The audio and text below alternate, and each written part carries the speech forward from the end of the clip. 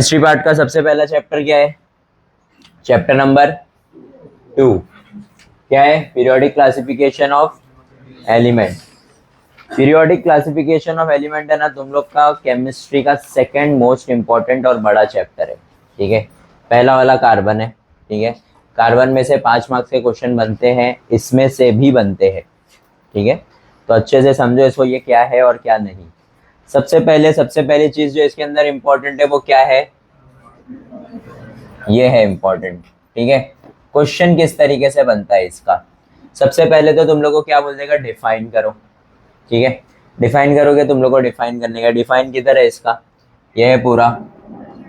He arrange 3 elements in a triad in increasing order of their atomic mass. इसको underline करने का, increasing order of atomic mass and showed the atomic mass of the middle element is approximately equal to the mean of the atomic masses of the other 2 elements। ये हम लोगों का answer है।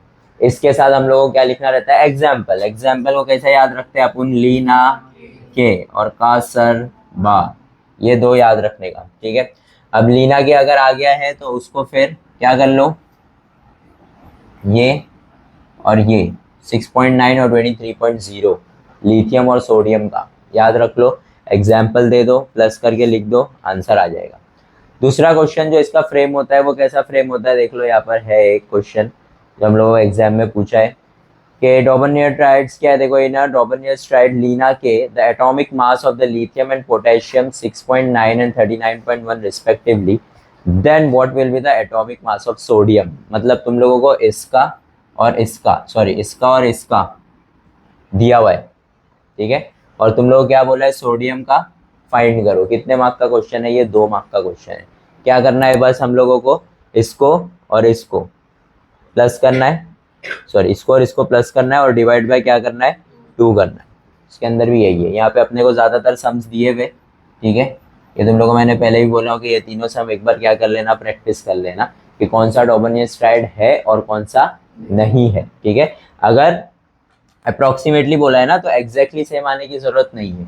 अगर आसपास आ रहा है, ठीक है, कितना आसपास? देखो एक्चुअल इसका कितना है? 87.6। ये कितना आ रहा है? 88 चलेगा।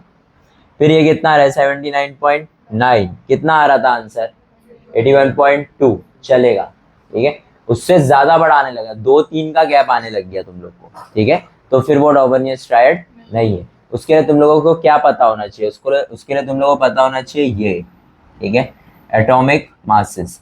इसको प्लस किए, डिवाइड बाय 2 किए, 40.1 के आसपास तुम्हारा आंसर आना चाहिए।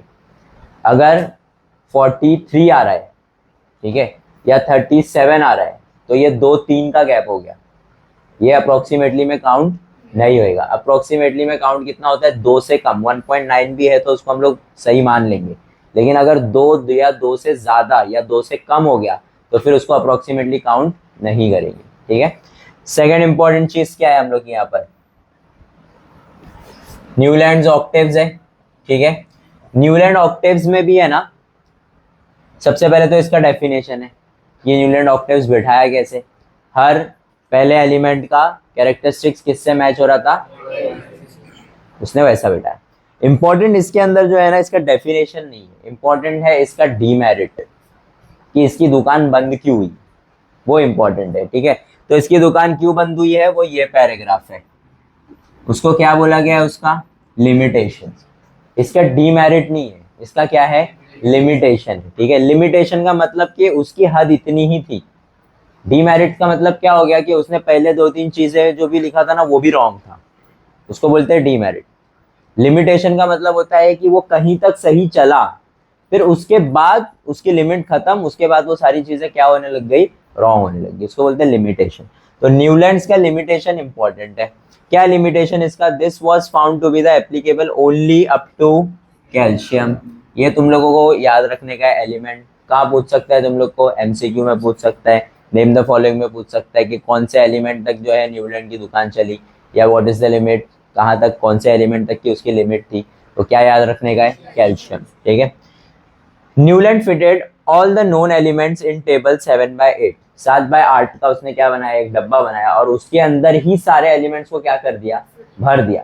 कहीं कहीं 2 भी भर दिया, एक्स्ट्रा हो गए थे तो बोला नया क्या बनाने का, इधर ही बीच में डाल दो, किसी को क्या ही पता चलेगा, ऐसा एड़ा बना रहा था अपने को। And this is 56 boxes. Newland place 2 elements each in some boxes, दो एलिमेंट्स डाल दिया to accommodate all the known elements in the table, सिर्फ और सिर्फ क्या करने के लिए, जितने नोन एलिमेंट्स हैं उनको बस टेबल में डालने के लिए।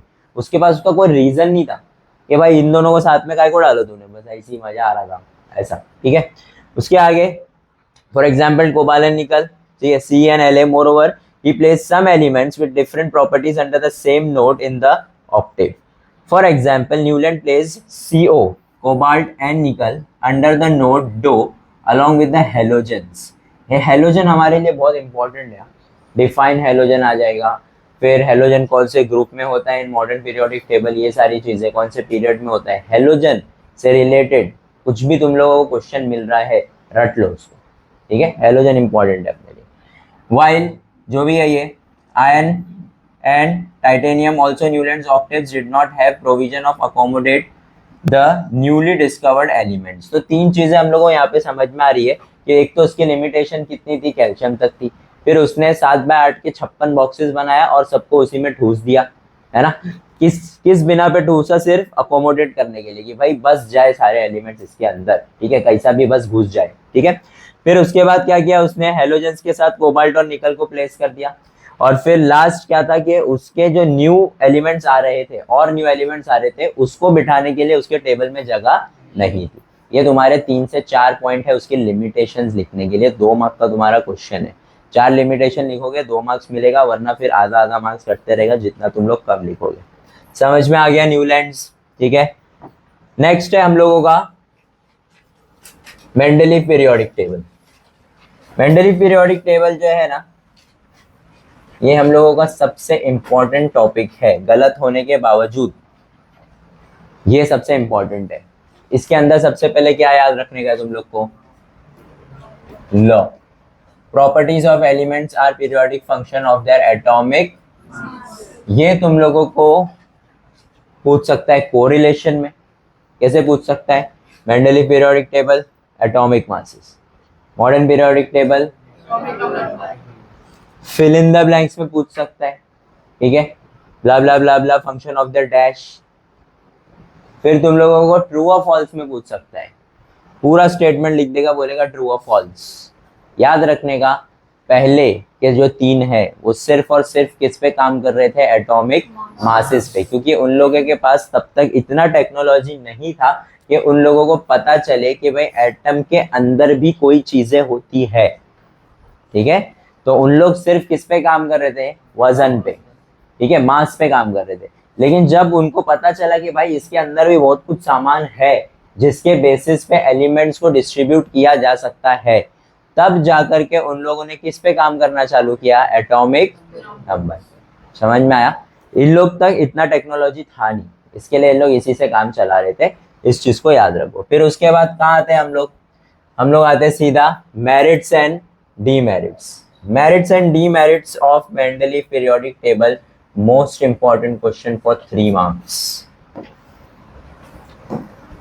मेरिट्स ज्यादातर इसके इंपॉर्टेंट है। मेरिट्स में क्या क्या चीजें हैं, सबसे पहले तो क्या किया इसने, एटॉमिक मासेस को क्या किया, रिवाइज किया। जितने भी पहले एटॉमिक मासेस कैलकुलेट करके खेल रहे थे, टेबल बना रहे थे, सब क्या था, गलत था। इसने एटॉमिक मासेस क्या किया, रिवाइज किया। और एग्जाम्पल लिखना जरूरी है कि उसने बेरिलियम 49.09 था, सॉरी 49.09 किया, corrected was change to the correct value 9.4, sorry 14.09 था और 9.4 में उसने क्या किया, करेक्ट किया, ठीक है। ये इंपॉर्टेंट है, ये तुम लोगों को कहीं पर भी एमसीक्यू में छोटा मोटा डाल करके दे सकता है।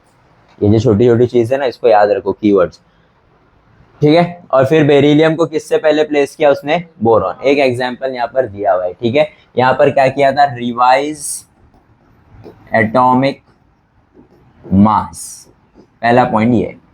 सेकंड पॉइंट क्या है, Mendeleev kept vacant places in the periodic table. भविष्यवाणी किया उसने, क्या किया, भविष्यवाणी का मतलब क्या है कि ये एलिमेंट्स आने वाले हैं। उसने उसका क्या बता दिया, एटॉमिक मास, और क्या बता दिया, उसके कैरेक्टरिस्टिक्स, कि ये जो आने वाले हैं इनका कैरेक्टरिस्टिक किससे किससे क्या होएगा, मैच होएगा। इन फ्यूचर वो एलिमेंट्स आ गए, जहां पे उसने खाली जगह छोड़ा था वहीं पे जाकर के एग्जैक्टली क्या हो गए, बैठ गए।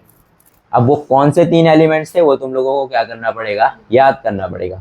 कोरिलेशन में वापस से पूछ सकते हैं, जैसे उसने पूछ लिया एका बोरॉन, तो बोरॉन की जगह क्या आया था, स्कैंडियम। एका एल्यूमिनियम क्या आया था, एका सिलिकॉन, जर्मेनियम।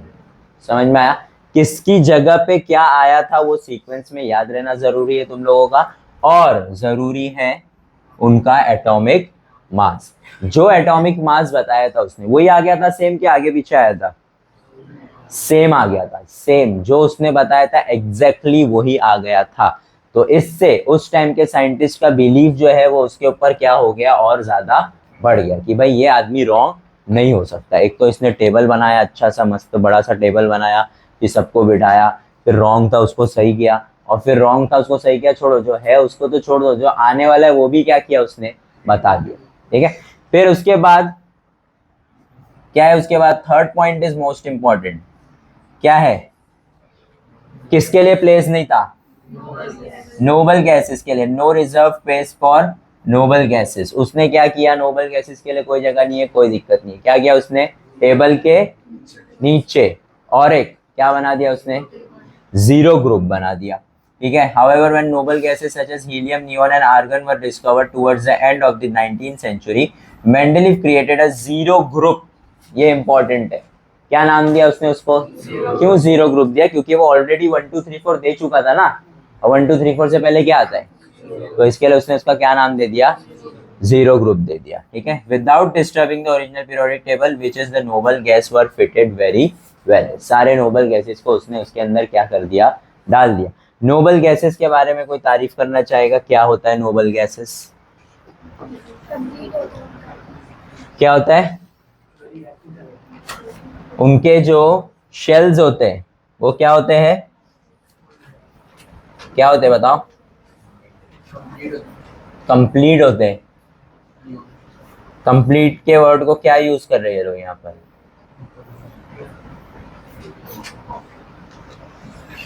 ऑक्टेव तो उसको बोलते हैं बेटा 8 के बनने को। तो ये भी बोल सकते हो कि उनका ऑक्टेव जो है वो क्या रहता है, कंप्लीट रहता है। ठीक है, कंप्लीट रहने की वजह से क्या वो किसी के साथ रिएक्ट होते हैं, नहीं होने की वजह से उन लोगों को क्या किया गया है, अलग रखा गया। ठीक है, यही सेम चीज मॉडर्न पीरियोडिक टेबल में भी फॉलो हो रही है, हो रही है क्या, नोबल गैसेस अलग है वहां पर भी, नहीं अलग है। अच्छा, मॉडर्न पीरियोडिक टेबल याद नहीं है तुम लोग को, हाँ शुगर करो एसएससी बोर्ड में हो तुम लोग, सीबीएसई वाले को पूरा टेबल याद करना पड़ता है, पूरा टेबल याद करना पड़ता है, उन लोगों का गाना वाना भी है कुछ, याद करते हो लोग ये सब। ठीक है, खैर महाराष्ट्र बोर्ड को थैंक यू बोलने का। स्टार्ट करते हैं। डीमेरिट्स, डीमेरिट्स कितने हैं, 4 है। वापस से 3 मार्क का क्वेश्चन, मेरिट से ज्यादा इंपॉर्टेंट नहीं है लेकिन पूछा है एग्जाम में।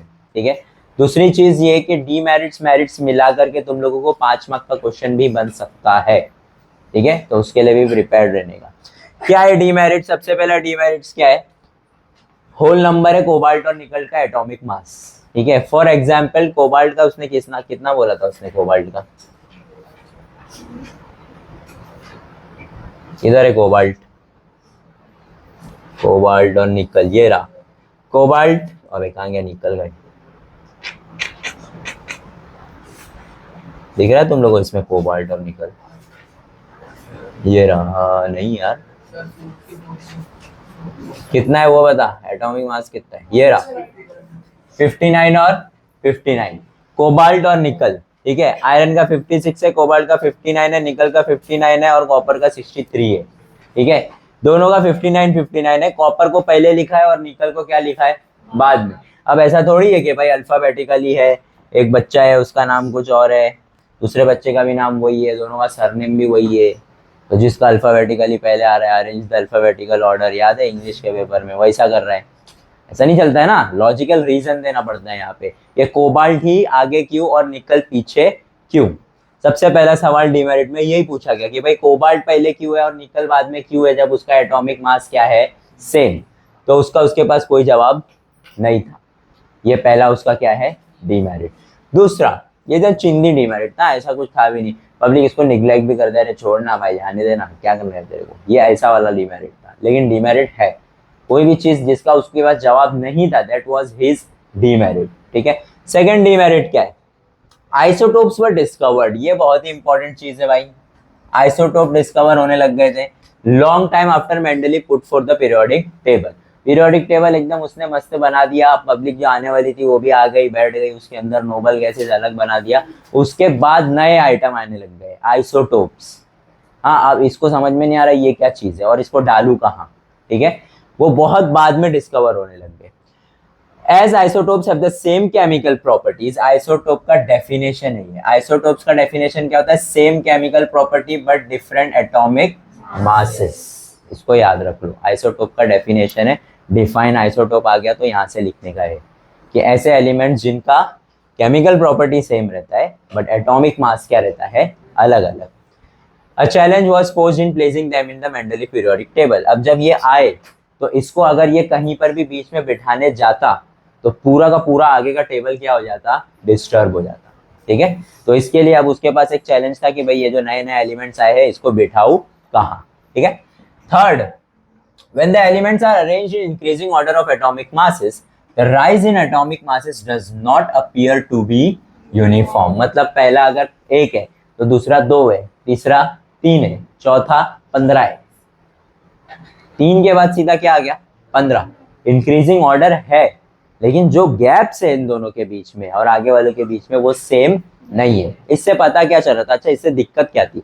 दिक्कत ये थी कि भाई 3 के बाद 15 आ रहा है, कल को अगर 14 का कोई एटॉमिक मास का एलिमेंट आ गया तो उसको कहाँ बिठाएगा? जगह तो तूने खाली छोड़ा नहीं। ठीक है, और अगर आ गया तो उसको बिठाने जाएगा तो आगे के पूरे हिल जाएंगे।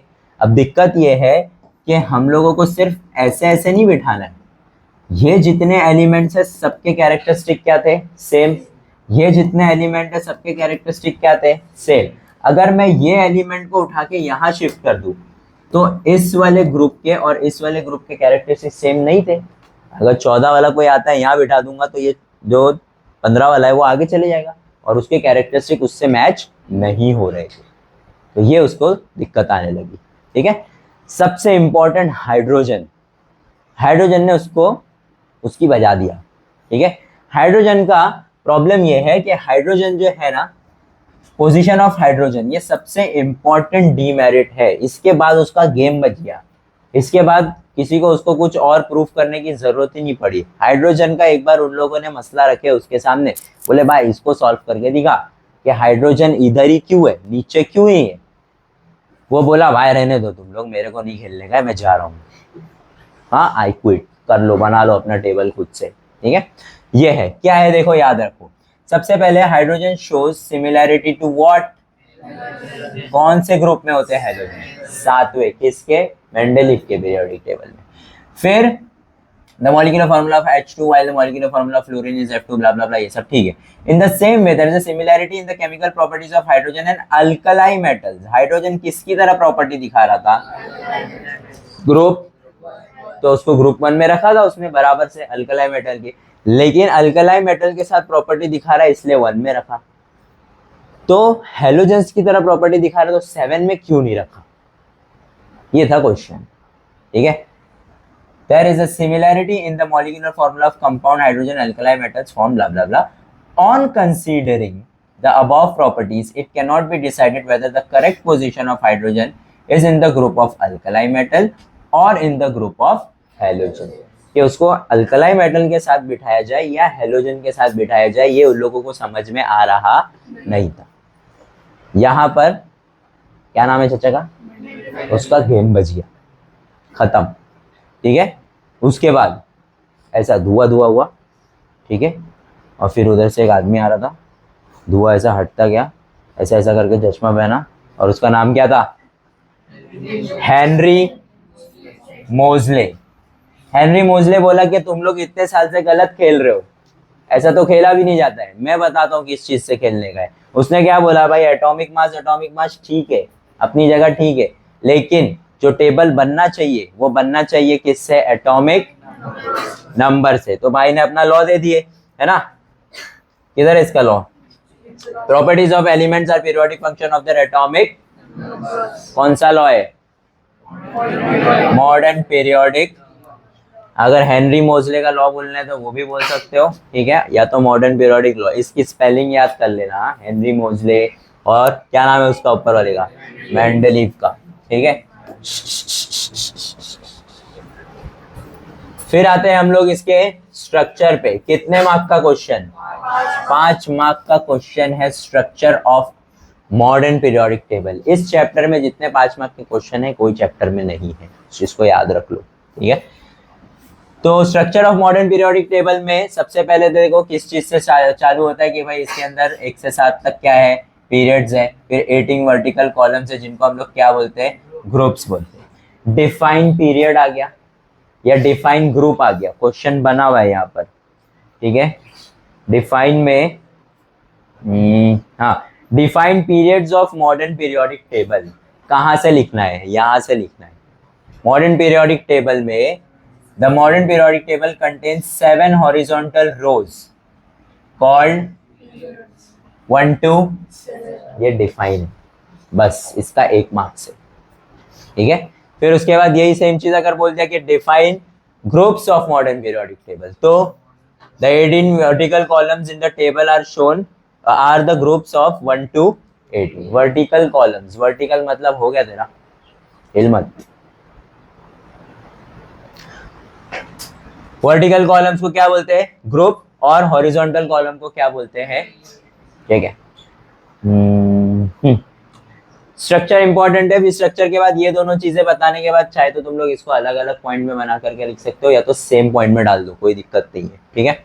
आगे फिर पीरियोडिक टेबल जो है हम लोग के फॉर्मेशन ऑफ बॉक्सेस है। ये जो वर्टिकल लाइंस है और जो हॉरिजॉन्टल लाइंस है ये क्या बनाते हैं, बॉक्सेस, जिसके अंदर किसको बिठाया जाता है, एलिमेंट को। एलिमेंट के left hand side right hand side देखो, atomic number is serially indicated upper part of this boxes. इधर कोने में उसके जो नंबर्स लिखे रहते हैं वो कौन से नंबर्स होते हैं, उसके एटॉमिक नंबर्स होते हैं। Each box corresponds to 1 element only. एक ही एलिमेंट एक डब्बे में बैठेगा, कोई भी ऐसा एलिमेंट नहीं है या कोई भी ऐसा बॉक्स नहीं है जिसके अंदर कितने एलिमेंट बिठाया हो उसने, 2। सबकी एक प्रॉपर जगह है, ठीक है।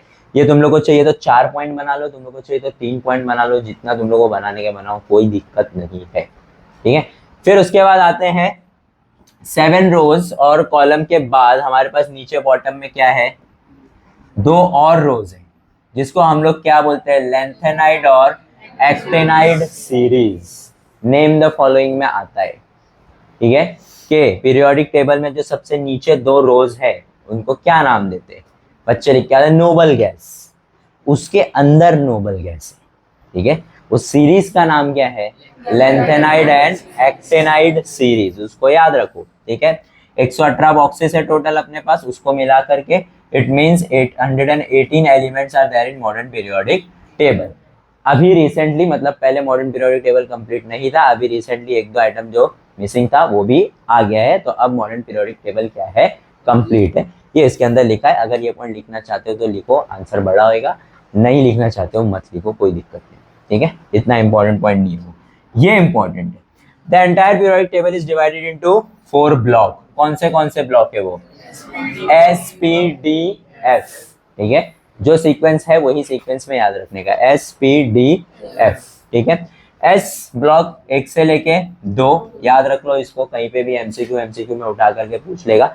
अगर तुम लोगों को ये सब एमसीक्यू में मिल गया ना, मतलब समझ जाओ कि 5 मार्क का आंसर कुछ भयंकर दिया हुआ है। जैसे तुम लोगों को आइज वाला पढ़ लिया ना तुमने, हाँ, आइज वाला आंसर जो है ना आज 5 मार्क्स वाला, उसका तुम लोगों को एक छोटा सा पार्ट पूछ लिया कि भाई आइज में हमारे इस टाइप का लेंस होता है, कौन सा टाइप का लेंस होता है, ठीक है, वो लेंस होता है। अब वो आ गया एमसीक्यू में, मतलब समझ जाओ कि तुम लोग कहीं और नहीं पूछेगा, खत्म हो गया वो 5 मार्क का उन लोग ने धजिया उड़ा दिए, 1 मार्क का एमसीक्यू डाल दिया उसकी जगह पे, ठीक है। लेकिन वो 1 मार्क का भी एमसीक्यू तुम कब राइट करोगे, जब तुमने 5 मार्क के लिए वो आंसर पढ़ा हुआ होगा तो, ठीक है। ऐसा तुम पढ़ रहे हो फिर सोच रहे हो कि याद नहीं हो रहा है, एमसीक्यू में आ जाना चाहिए। अब याद नहीं हो रहा है, एमसीक्यू में आ जाएगा, दिक्कत है।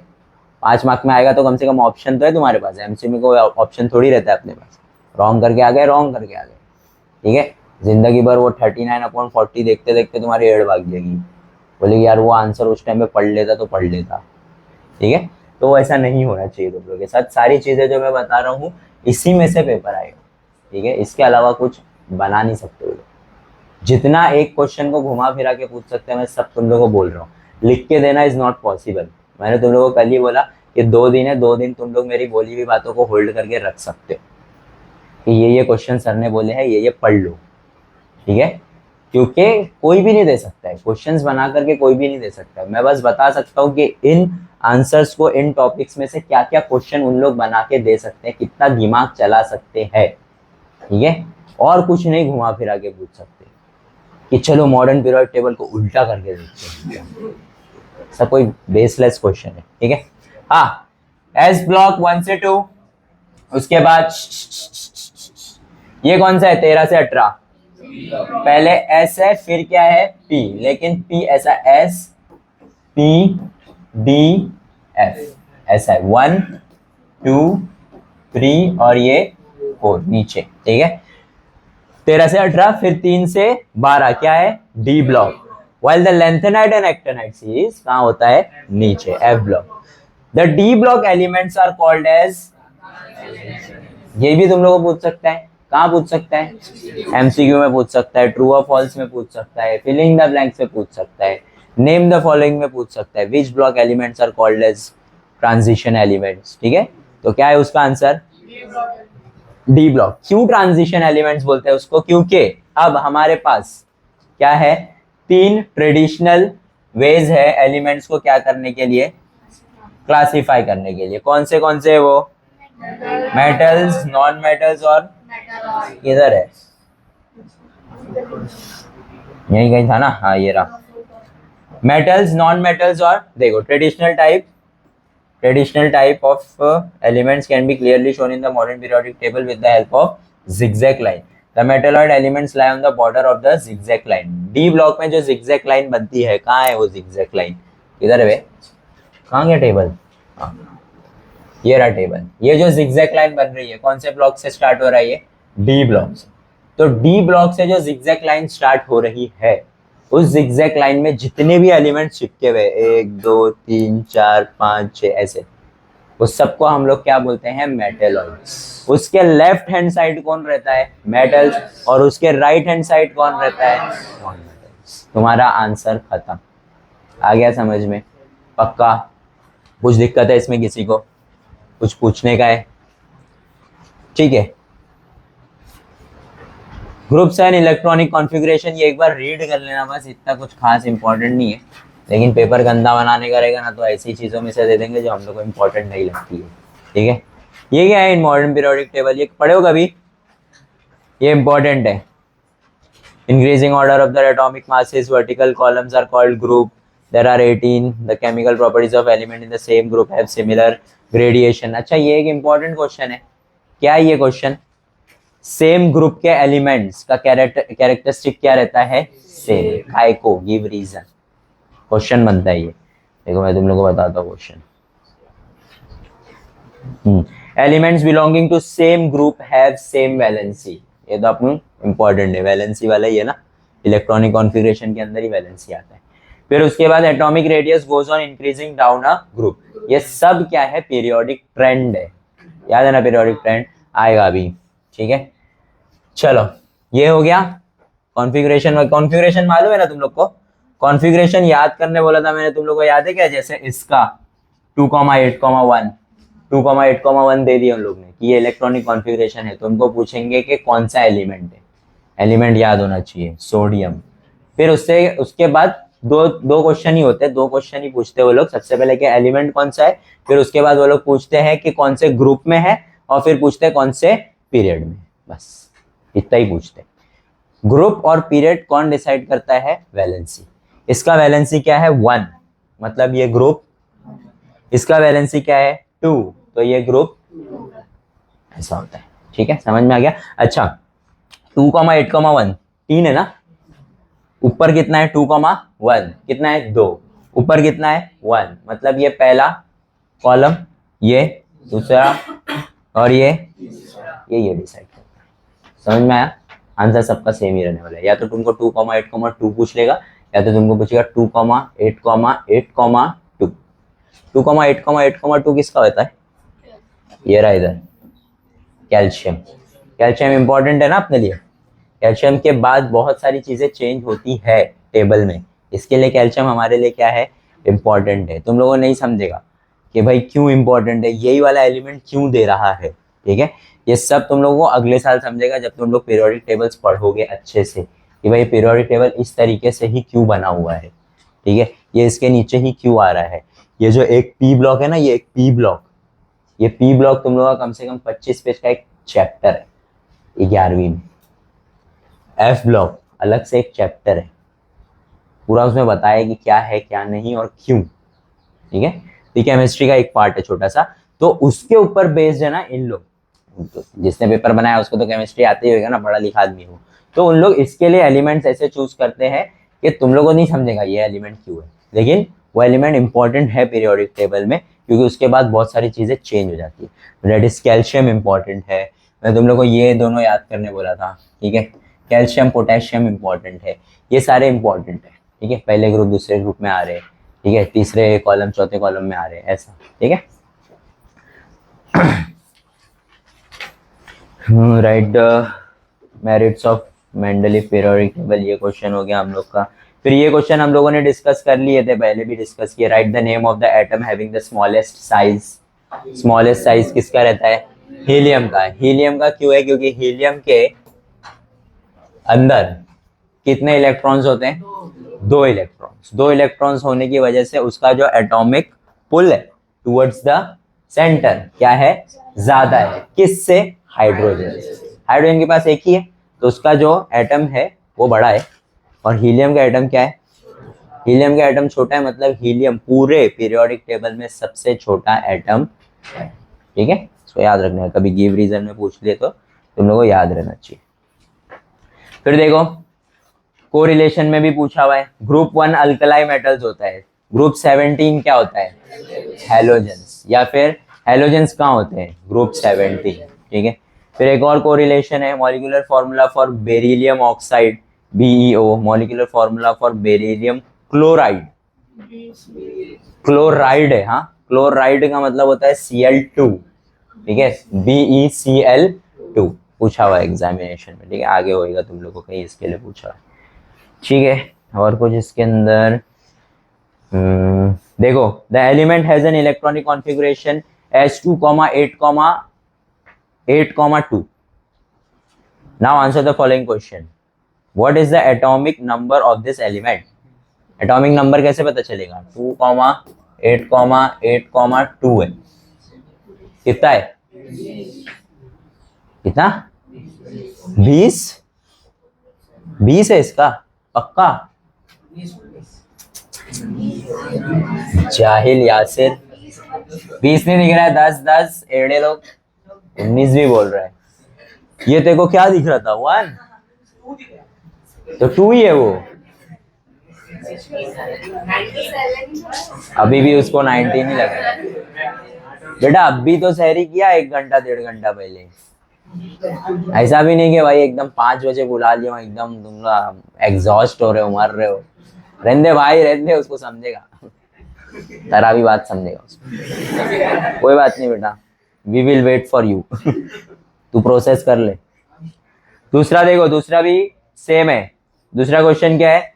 What is the group of the element? Group क्या होगा इसका? ग्रुप मतलब क्या? ये कि ये? हॉरिजॉन्टल के वर्टिकल? और हॉरिजॉन्टल क्या होता है? पक्का देख लो एक बार, स्ट्रक्चर में देख लो एक बार। हॉरिजॉन्टल क्या रहते हैं? पीरियड्स, ठीक है। अब हॉरिजॉन्टल पीरियड्स होते हैं अगर, तो ये क्या बोल रहा है? What is the group of the element? तो ये वर्टिकल की बात कर रहा है? नहीं, वर्टिकल में कहाँ पे आएगा ये 2,8,8,2? वर्टिकल में कहाँ आएगा?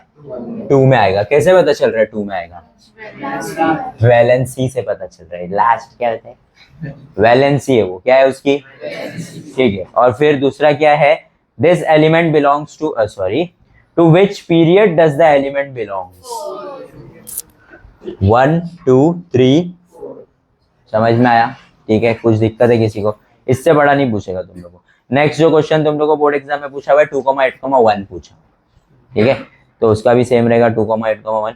ये अच्छी बात ये है कि इन लोग नाम नहीं पूछ रहे, वरना एक क्वेश्चन ये भी बनता है 2,8,1 है, इसका नाम बता दो, तो धीरे से पूछ लेगा, तुम बोलोगे नहीं पता,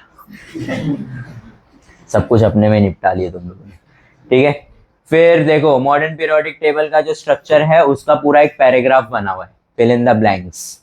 वैसे पैराग्राफ जो है साइंस 1 के टेबल में पूछना बहुत ज्यादा मुश्किल है, once in a blue moon पूछ लिया था तुम लोग को, वो भी 5 मार्क का स्ट्रक्चर डाल दिया उसके अंदर, एक घान कर दिया क्वेश्चन, ठीक है, एकदम धजिया उड़ा दिया उसकी, 3 मार्क के लिए फिल इन द ब्लैंक्स के लिए डाल दिया। अच्छा, फिल इन द ब्लैंक्स के लिए जो अपने को आता है वो अपने को पूरा पूरा पैराग्राफ लिख देने का, लिख दो पूरा पैराग्राफ, ठीक है, वो पूरा पैराग्राफ लिख दो, बीच में जो फिल इन द ब्लैंक्स है उसको डब्बा बना दो, या तो उसको एकदम डार्क अंडरलाइन कर दो, ये है आंसर, देख ले भाई यहाँ है आंसर, एरो मत बना देना 15-20, ठीक है। फिर एक और क्वेश्चन है 3 मार्क का, चलो पहले आगे देख लेते हैं, इसको खत्म करते फिर क्वेश्चन डिस्कस करेंगे। Periodic trend most important for what, give reason. Periodic trend में होता क्या है, सबसे पहले एक चीज अच्छे से समझ लो, पीरियोडिक ट्रेंड से पहले वैलेंसी डिफाइन करने आना चाहिए। वैलेंसी क्या होता है, आउटर मोस्ट शेल को क्या करने का है, कंप्लीट। उसके लिए या तो आपको इलेक्ट्रॉन देना पड़ेगा, या तो इलेक्ट्रॉन, जितना इलेक्ट्रॉन दोगे और जितना इलेक्ट्रॉन लोगे उसको ही क्या बोलते हैं, वैलेंसी। जैसे 2,8,1 है तो वो एक इलेक्ट्रॉन क्या कर देगा, दे देगा। अगर वो इलेक्ट्रॉन दे रहा है तो उसका चार्ज क्या होगा, पॉजिटिव, क्योंकि इलेक्ट्रॉन क्या होता है, नेगेटिविटी उसने, तो क्या हो गया वो, सिंपल है, ठीक है।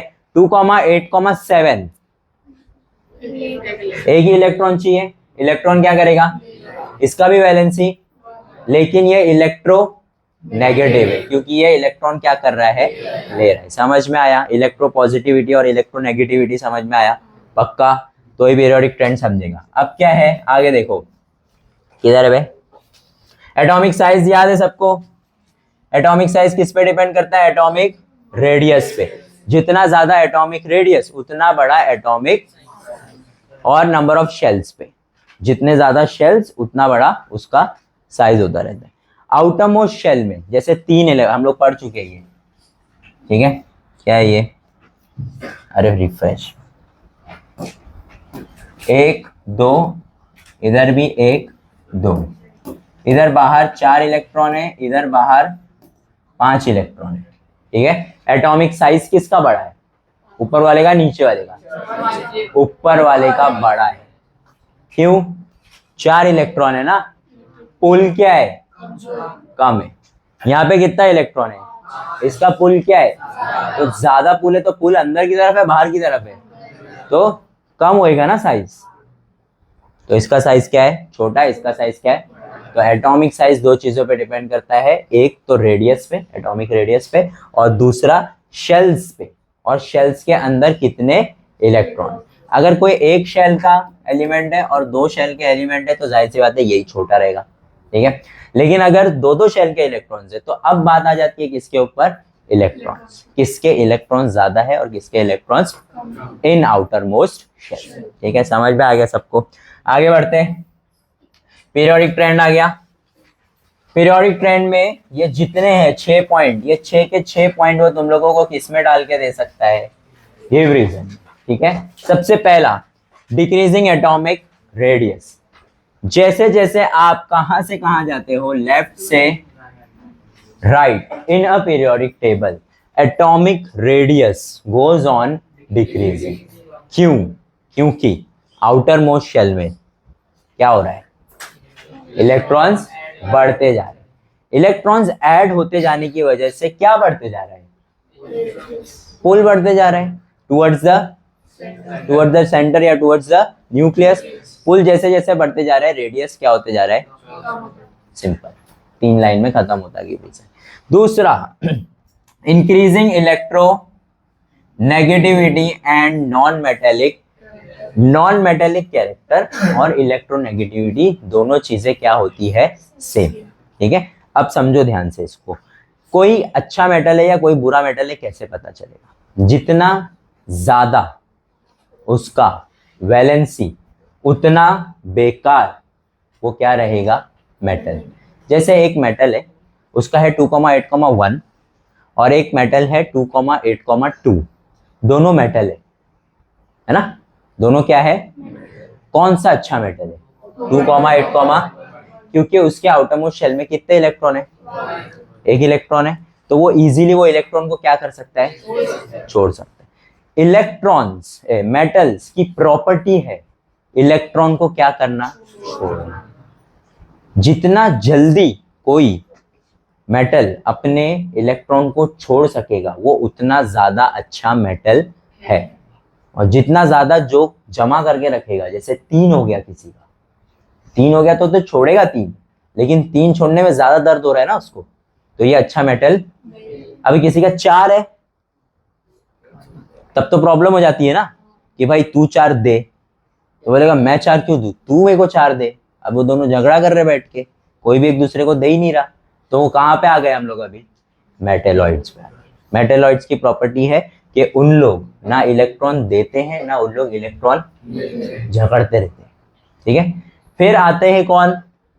Non metals. नॉन मेटल्स बैठे हुए भाई एकदम सेठ लोग के जैसा, मेरे पास 5 इलेक्ट्रॉन है, मेरे को 3 चाहिए, जिसके पास भी 3 है मेरे पास चल के आओ, ऐसा। ठीक है, फिर ऐसा मेटल लोग आके मालिक दे दीजिए या ले लीजिए, ऐसा। ठीक है, तो ये चलता है, समझ में आ रहा है? तो increasing electronegativity and non metallic character, जैसे जैसे लेफ्ट से राइट जाते रहोगे नॉन मेटेलिक कैरेक्टर क्या होता रहता है। तो इसमें तुम लोग क्या बताना है? इसमें तुम लोग को सबसे पहले मेटेलिक कैरेक्टर क्या होता है वो डिफाइन करना है। कि मेटेलिक कैरेक्टर ये होता है कि आप कितना आसानी से इलेक्ट्रॉन को क्या कर रहे हो? छोड़ पा रहे हो। फिर क्या बोलते हो आप कि जैसे जैसे हम लोग लेफ्ट टू राइट जाते रहते हैं वैसे वैसे number of electrons in outermost shell क्या होता रहता है? बढ़ता रहता है, जिसकी वजह से इलेक्ट्रॉन्स छोड़ना जो है एटम के लिए क्या होने लगता है? मुश्किल। जो क्या है? इलेक्ट्रो पॉजिटिविटी, इलेक्ट्रॉन नेगेटिविटी है। ठीक है, नेक्स्ट क्या ये? Decreasing electropositivity and metallic character, जैसे जैसे दूर जाते रहोगे मेटेलिक कैरेक्टर क्या होता रहता है? डिक्रीज। वो तो छोड़ दो, हो गया वो। फिर ये क्या है? इंक्रीजिंग एटॉमिक, जैसे जैसे नीचे जाते रहोगे, इंक्रीजिंग है डिक्रीजिंग है?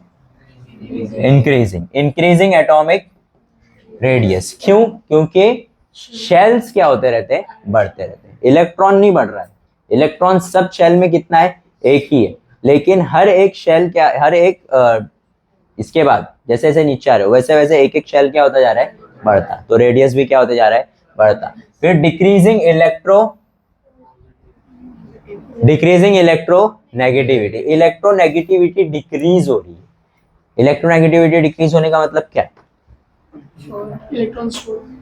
इलेक्ट्रॉन्स छोड़ने की ताकत के लेने की ताकत, पक्का? इलेक्ट्रोनेगेटिविटी का मतलब होता है इलेक्ट्रॉन लेना। इलेक्ट्रॉन लेने की ताकत क्या होते जा रही है उसकी? कम होती जा रही है। क्यों? क्योंकि याद रख लो, ये बंदा और ये बंदा दोनों के आउटर मोस्ट शेल में कितने इलेक्ट्रॉन है? एक एक। वैलेंसी दोनों की क्या है? 1 है। ठीक है, लेकिन क्योंकि ये बंदा सेंटर से दूर है, इसके ऊपर जो पुल है वो क्या है? कम। ये बंदा सेंटर से नजदीक है, इसके ऊपर जो पुल है वो क्या है? ज्यादा। तो ये बंदा जो है वो कम इलेक्ट्रोपॉजिटिव है और ये बंदा जो है वो ज्यादा इलेक्ट्रोपॉजिटिव। समझ में आया? ज्यादा इलेक्ट्रोपॉजिटिव मतलब ये ज्यादा आसानी से अपना इलेक्ट्रॉन क्या कर सकता है? छोड़ सकता है, और ये मुश्किल। ठीक है, समझ में आ गया तुम लोग को? पीरियोडिक ट्रेंड पे तुम लोगों को क्या बनता है? पीरियोडिक ट्रेंड पे तुम लोगों को बनता है गिव रीजन। ठीक है, और फिर फिल इन द ब्लैंक्स और ट्रू और फॉल्स, ये सारी चीजें बनती है। ग्रेडेशन इन हैलोजन फैमिली, ये हमारा एक इम्पॉर्टेंट टॉपिक है। हैलोजन के बारे में मैंने तुम लोग को पहले बता दिया, जितना भी चीज आया हैलोजन की जगह पे, हैलोजन वर्ड जिसके अंदर भी आ रहा है वो सब पढ़ के जाओ। क्वेश्चन बनता है हैलोजेंस पे, ठीक है। फिर और कुछ है नहीं है इसमें पक्का। Next chapter chemical reaction. Chemical reactions में रिएक्शन बहुत सारे, ठीक है। अब ये तुम पे डिपेंड करता है कि तुमको वो रिएक्शंस कितना अच्छे से याद है। अगर याद है तो अच्छी बात है, बहुत अच्छी बात है। अगर याद नहीं है तो क्या करने का, छोड़ देने का। अभी याद नहीं होगा, अभी रिएक्शन याद करने बैठोगे सब भूल जाओगे, ठीक है। तो क्या करने का है, इसके अंदर और भी बहुत सारी चीजें जो तुम लोगों को कंटिन्यूसली पूछता है। जैसे क्या है वो चीजें, सबसे पहले अपना एक आंसर था, याद है अपने को, हाँ ये वाला, राइटिंग केमिकल इक्वेशन को किस तरीके से लिखा जाता है, उसके रूल्स। ये एक इंपॉर्टेंट आंसर है अपने हिसाब से, तो ठीक है।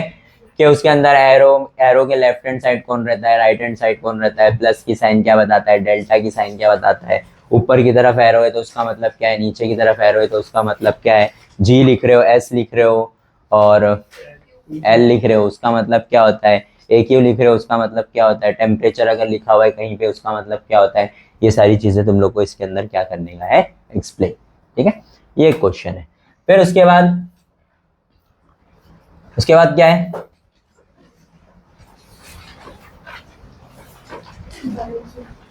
बैलेंसिंग केमिकल इक्वेशन तो है ही, लेकिन ये क्वेश्चन भी एक बार पूछा तो था, मैंने देखा तो हूं कहीं, खैर नहीं है इसके अंदर ये, ठीक है, छोड़ दो इसको। नेक्स्ट आ जाओ। नेक्स्ट क्या है तुम लोग का, बैलेंसिंग केमिकल इक्वेशन। बैलेंसिंग का या तो तुम लोग को स्टेप्स लिखने आता है, या तो तुम लोग को क्या करने आएगा, बैलेंस करने आएगा, कि भाई इसको क्या करो, बैलेंस करो। तो स्टेप्स वगैरह याद रखने का, और जैसे जैसे स्टेप्स लिखते रहोगे वैसे वैसे अगर तुम लोग को हो सकता है कि स्टेप भी आ जाए और एक केमिकल रिएक्शन भी दे दे कि भाई इसको बैलेंस करो। केमिकल रिएक्शन में बैलेंस में सबसे पहले क्या बैलेंस करते हैं हम लोग, सबसे पहले तो टेबल बनता है ये वाला, और टेबल के अंदर हम लोग लिख लेते हैं कि भाई सोडियम कितना, ऑक्सीजन कितना, हाइड्रोजन कितना और सल्फर कितना है। फिर किसको बैलेंस करते हैं सबसे पहले, ऑक्सीजन हाइड्रोजन किसको, क्या सोडियम को या सल्फर को, या किसको बैलेंस करते हैं, हाइड्रोजन और ऑक्सीजन देखते हैं सबसे पहले। सबसे पहले अपन उन दोनों को क्या करते हैं, बैलेंस करते हैं। देखो लिखा है, write the chemical equation, check whether the equation is balanced और not by comparing the number of atoms the various element present on the two sides of the equation। two sides of the equation मतलब ये left hand side में है और ये right hand side. Sodium यहाँ पे एक है, यहाँ पे दो, यहाँ पांच, यहाँ पांच, यहाँ तीन या दो, यहाँ एक या एक, तो ये तो बैलेंस है ना। अब क्या बैलेंस करेंगे हम लोग, हाइड्रोजन। हाइड्रोजन इस तरफ कितना है, तीन, और उस तरफ कितना है, देखो तीन कैसा है, इधर इधर एक है, ये दो है, और इधर एक है, इधर सिर्फ इधर ही क्या है। अब जब यहाँ पे कम है तो तुम यहाँ बढ़ाओगे, है ना। अब उसको H3O नहीं कर सकते अपन, ऐसा कुछ एग्जिस्ट नहीं करता, H2O ही है। अब H2O के आगे तुम कुछ लगा सकते हो, मैंने यहाँ लगा दिया 2H2O, 2 2 जा, अब यहाँ 4 हो गया, है ना। और यहाँ अभी भी कितना है, अभी भी बैलेंस नहीं हुआ है, तो अब कहाँ चेंज करना पड़ेगा, यहाँ चेंज करना पड़ेगा। यहाँ पे तुम या तो इसमें चेंज कर सकते हो, सॉरी इसमें चेंज कर सकते हो, या तो इसमें चेंज कर सकते हो, दोनों में से तुम्हारी मर्जी, किसी में भी चेंज कर सकते हो, ठीक है। तुमने यहाँ चेंज कर दिया, 2 2 जा कितना हो गया, 4 + 1 5, नहीं चलेगा, नहीं चलेगा ना, ठीक है, ठीक है, उसको हटा दो। फिर यहाँ पे 2 लगाओ, ये कितना हो गया, 2 है, और ये 2 है, कितना हो गया, अभी यहाँ कितना था, 4 था ना, तो यहाँ पे लिखेंगे 2NaOH, किधर है, लिखा है इसने 2NaOH, किधर लिखा है, नेक्स्ट पेज पे क्या, हाँ ये रहा, ये देखो 2NaOH कर दिया इसने, H2SO4 का एज इट इज रखा, ये 2 हाइड्रोजन और ये 2 हाइड्रोजन, फिर इधर 2 डालेगा वो, देखो इधर 2 डाल दिया, 2 2 से कितना हो गया 4, तो इधर 4 हाइड्रोजन, इधर 4 हाइड्रोजन, हाइड्रोजन सेम हो गया, ये देखो इधर सेम हुआ हाइड्रोजन, और फिर ऑक्सीजन बदल गया। अब वो ऑक्सीजन को क्या करेगा, सेम करेगा। हाइड्रोजन और ऑक्सीजन एक बार सेम हो गए ना, तो सोडियम और सल्फर भी अपने आप क्या हो जाते हैं, सेम। अगर नहीं सेम हो रहे तो उसको करने का याद रख लो, तुम लोग कभी भी यहाँ पर कुछ भी चेंजेस नहीं कर सकते, उसने अगर बोल दिया है Na2 तो वो Na2 ही रहेगा। Na3 Na4 कर दो, ऐसा तो कुछ भी आराम से हो जाता फिर तो सब कुछ। देख लो भाई नंबर सेम नहीं है, इधर 4 है इधर 5 है, इधर 1 बढ़ा दो, क्या करना है। कहीं भी तुम लोग हमेशा चेंजेस कहाँ करोगे, यहाँ। और ये नंबर हमेशा क्या होता है, मल्टीप्लाई, 2 2 जा 4 ऐसा, ठीक है। बैलेंसिंग केमिकल इक्वेशन इंपॉर्टेंट है, इसको याद रखने का। नेक्स्ट आते हैं हम लोग, नेक्स्ट क्या है हम लोग का, टाइप्स ऑफ केमिकल रिएक्शन। ये मोस्ट इंपॉर्टेंट थिंग है, इसका बनता है तुम लोग का क्या, टेबल। क्या बनता है इसका, टेबल। टेबल याद है ना, वो एक्सरसाइज में है, ठीक है। मैं बता देता हूँ क्या क्या होता है, फिर सीधा टेबल पे जाएंगे। टाइप्स ऑफ केमिकल में सबसे पहला क्या है, कॉम्बिनेशन। कॉम्बिनेशन मतलब दो क्या और एक, उसको क्या बोलते हैं, कॉम्बिनेशन। कॉम्बिनेशन के बाद क्या है, डीकम्पोज।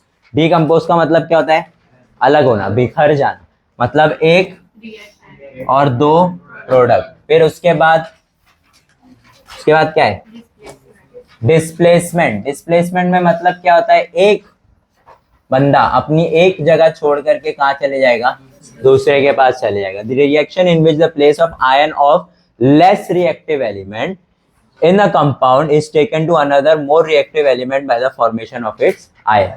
Less reactive element का ion more reactive element के साथ जाकर के क्या बना लेता है, बॉन्ड बना लेता है, उसको हम लोग क्या बोलते हैं, डिस्प्लेसमेंट। डिस्प्लेसमेंट में क्या होता है, जैसे एक एलिमेंट है, जैसे देखो ये CuSO4 है और Fe है, तो Cu अलग हो जाएगा और FeSO4, मतलब SO4 खाली छोड़ करके अपनी जगह यहाँ पे चला गया, तो ये क्या है, डिस्प्लेसमेंट।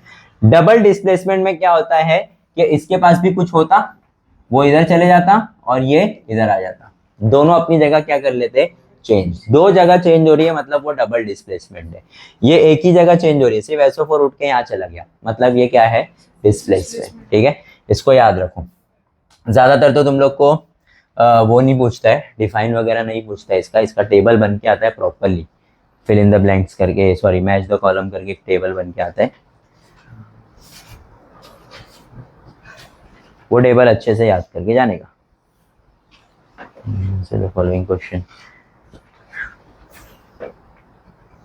ये देखो, ये एक क्वेश्चन पूछा हुआ है तुम लोग को, AgNO3 plus NaCl gives AgCl plus NaNO3, identify the type of chemical reaction.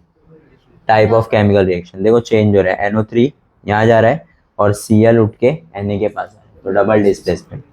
फिर उसके बाद write down the definition of above chemical reaction, जो भी तुमको समझा है डबल डिस्प्लेसमेंट है, डेफिनेशन लिखो। तो फटाक से चेंज मत कर लेना, नहीं डबल डिस्प्लेसमेंट नहीं। फिर right the names of reactant and product of the above, तो NaNO3 लिखने का, फिर AgCl क्या है वो लिखने का, ठीक है, वैसे सब सारी चीजें, ऐसे क्वेश्चंस बनते हैं तुम लोग को। फिर आते हैं हम लोग किसके ऊपर, एंडो और एक्सो। एंडो का मतलब अंदर, एक्सो का मतलब हीट अगर एब्जॉर्ब कर रहा है, जैसे कोई चीज को हम गर्म कर रहे हैं, कोई चीज को गर्म कर रहे तो वो हीट को क्या करता है, एब्जॉर्ब, तो वो कौन सा हो गया, एंडोथर्मी। अच्छा, कुछ आप लोग ने ऐसा कुछ दो चीज मिला दिए, अचानक से धुआं निकलने लग गया, तो क्या हो गया वो, एक्सोथर्मी। जिसके अंदर से हीट निकलता है वो क्या हो जाता है, एक्सो, और जिसके अंदर हीट लगता है उसको क्या बोलते हैं, अच्छे से याद कर लेना इसके, ठीक है। फिर आते हैं हम लोग किसके ऊपर, हाँ, फैक्टर्स डिपेंडिंग ऑन, किस किस चीज पे केमिकल रिएक्शन के फैक्टर्स क्या करते हैं, डिपेंड। नेचर ऑफ रिएक्टेंट किस तरीके का उसका नेचर है, एग्रेसिव नेचर है, डाल रहे हो फट जा रहा है, ऐसा कुछ है, डाल रहे हो 10 घंटे लग रहे हैं उसको घुलने मिलने में, होता है नेचर। फिर उसके बाद साइज ऑफ पार्टिकल, याद है अपन ने, जैसे एक चीनी का पाउडर है और एक चीनी के क्रिस्टल्स है, वो दोनों को मिला रहे हैं, दोनों चीनी, लेकिन रिएक्शन किसका फास्ट होता है, पाउडर का, पार्टिकल्स पे डिपेंड करता है, ठीक है। कॉन्सेंट्रेशन ऑफ रिएक्टेंट, कितना ज्यादा कॉन्सेंट्रेटेड है, ज्यादा कॉन्सेंट्रेटेड मतलब ज्यादा फास्ट रेट ऑफ रिएक्शन, इसको याद रखने का। फिर उसके बाद क्या है, टेम्परेचर ऑफ रिएक्शन, कोई भी चीज, जैसे पानी के अंदर, ठंडे पानी के अंदर रूह अफ़ज़ा मिला रहे तुम लोग, लेट मिलेगा, गर्म पानी के अंदर मिलाओगे, आज बना लेना, ठीक है, फोटो डाल देना सब लोग कि we are studying for science में, this is our social experiment. ये रूह अफ़ज़ा नहीं, ये 3 मार्क्स है हमारे, ठीक है। चलो आगे, हो गया। कैटलिस्ट, कैटलिस्ट तो भैया बहुत इंपॉर्टेंट है यहाँ। चिंदी सा छोटा सा साइड में दे दिए इन लोग ने। डिफाइन कैटलिस्ट, क्या है कैटलिस्ट, कौन है कैटलिस्ट, वो गाना है ना, कौन तला कौन कैटलिस्ट, क्वेश्चन में पूछा हुआ है। आवाज नीचे, खाली मेरी आवाज चाहिए यहाँ पे। हाँ, फिर उसके बाद क्या है, ऑक्सीडेशन एंड रिडक्शन, ये भी इंपॉर्टेंट है। एंडो एक्सो के बाद ऑक्सीडेशन और रिडक्शन है, और फिर उसके बाद दोनों का मिला के रिडॉक्स है ना। तो रिडॉक्स दोनों से क्या है, ज्यादा इंपॉर्टेंट है। सबसे पहले तो मेरे को ऑक्सीडेशन का मतलब बताओ। या तो हाइड्रोजन क्या होएगा, निकलेगा, या तो ऑक्सीजन क्या होएगा, ऐड होगा। अब तुम एक रिएक्शन देख रहे हो जिसके अंदर ऑक्सीजन ही नहीं है ही नहीं ऑक्सीजन। जैसे देखो C+O2 gives you what, CO2। एक कार्बन था, उसके अंदर ऑक्सीजन जाके मिल गया, सीधी सीधी बात है, ऑक्सीडेशन रिएक्शन है। लेकिन ये देखो MgH2 गिव्स यू Mg+H2, इसके अंदर तो O ही नहीं है, तो ऑक्सीडेशन में ऑक्सीडेशन कैसे हो सकता है, हाइड्रोजन निकल गया। या तो ऑक्सीजन क्या होना, ऐड होना, या तो हाइड्रोजन का निकलना इज योर ऑक्सीडेशन। इसका उल्टा, या तो ऑक्सीजन क्या हो रहा है, निकल रहा है, या तो हाइड्रोजन क्या हो रहा है, उसको क्या बोलते हैं हम लोग, रिडक्शन रिएक्शन। अब ऐसा एक एक्सपेरिमेंट या ऐसा एक केमिकल रिएक्शन जिसके अंदर ये दोनों ही चीजें क्या हो रही हो, साइमल्टेनियसली, 2H2S प्लस SO2, ये S में से O निकल गया है ना, S में से O निकल गया, O निकल गया मतलब रिडक्शन। 2H2O, ये वाले H में O आके क्या हो गया, मिल गया, मतलब इसके लिए वो कौन सा रिएक्शन है, और इसके लिए वो क्या है, दोनों मिला के क्या बन गया, समझ में आया, यस और नो। आगे बढ़ते हैं। Corrosion, most important topic. Corrosion में से तो बहुत सारे क्वेश्चन बने हुए हैं ना। सबसे ज्यादा कोरोजन रेट किसका रहता है, आयरन का, उसी के ऊपर ज्यादा क्वेश्चन बने हुए कि आयरन के कोरोजन होने वाली चीज को क्या बोलते हैं, और ये सारी चीजें। First question multiple choice, to prevent rusting a layer of dash metal is applied on iron sheet, zinc के कॉपर, जिंक के, इसका आंसर, इसको याद रखो, ठीक है। रेंसिडिटी मतलब तेल वाला, याद है, रमजान का एग्जाम्पल दिया था उसमें भी मैंने कि भाई एक तेल अम्मी ने आज भजिया तल दिया, अब कल अम्मी वही तेल यूज कर रहे हैं, तो तीसरे दिन भी वही यूज कर लिए, तो चौथे दिन भी वो किए, तो अब वो तेल में से आने लगेगी पास, उसके अंदर जो खाना बनाओगे वो भी खराब लगने लगेगा, ठीक है। तो ज्यादा से ज्यादा अगर यूज करने का तो कितने दिन यूज कर सकते हो, 2 दिन। तीसरे दिन से यूज करने लगोगे, उसको बार बार आप जो क्या कर रहे हो, हीट कर रहे हो, उसकी वजह से उसके रिएक्शंस चेंज हो रहे हैं ना। केमिकल रिएक्शन किस पे डिपेंड करता है, टेम्परेचर पे भी डिपेंड करता है। जितना आप उसको हीट करते रहोगे, बार बार हीट करते रहोगे, अरे वो फेसबुक पे आता है ना, चाचा लोग के फेसबुक पे आता है, चाय आपके लिए जहर है, अगर आपने चाय को फिर से गर्म कर दिया तो वो आपके लिए जहर बन गई, ठीक है। दिन भर वो टपरी पे एक ही चाय लेके सुबह से लेके शाम तक उसी को गर्म कर करके पिला रहे लोगों को, वो लोग नहीं मर रहे, लेकिन फेसबुक पे एक बार अगर बोल दिए तो तुम्हारी अम्मी गई, तू मुझे जहर पिला रही है, वैसा। तो वही है रेंसिडिटी, मतलब कोई तेल को आप बार बार गर्म करते रहोगे, है लास्ट टॉपिक है वो। खैर आगे बढ़ते हैं। इसके अंदर और क्या क्या है अपने पास, ये रहा, रेंसिडिटी आ ही गया। रेंसिडिटी का मतलब क्या, we have used old left over cooking oil for making food stuff, it is found to have foul odour called rancidity. जो उसमें से फाउल ओडर आता है, ओडर मतलब स्मेल,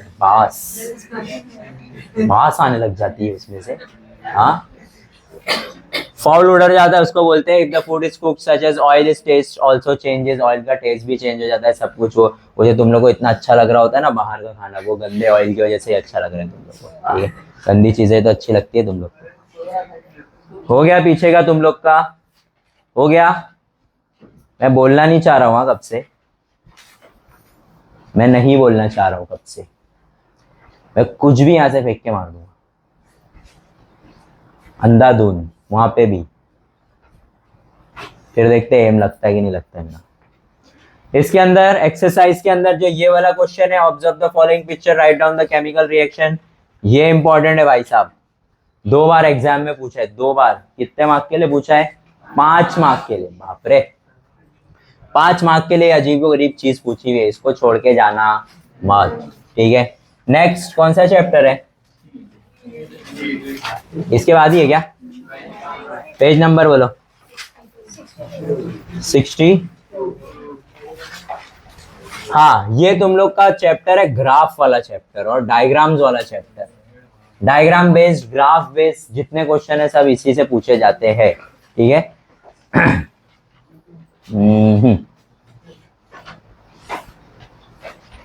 ठीक है, सबसे पहला क्वेश्चन एमसीक्यू था, ऐसा unit of specific heat is joule. किधर लिखा है? नेक्स्ट पेज पे शायद। लेटेंट हीट क्या होता है? 2 तरीके के लेटेंट हीट अपने पास, कौन से? लेटेंट हीट ऑफ फ्यूजन और लेटेंट हीट ऑफ वेपराइजेशन। ये ग्राफ क्या चीज का है? Time versus temperature. क्या बताना चाह रही है?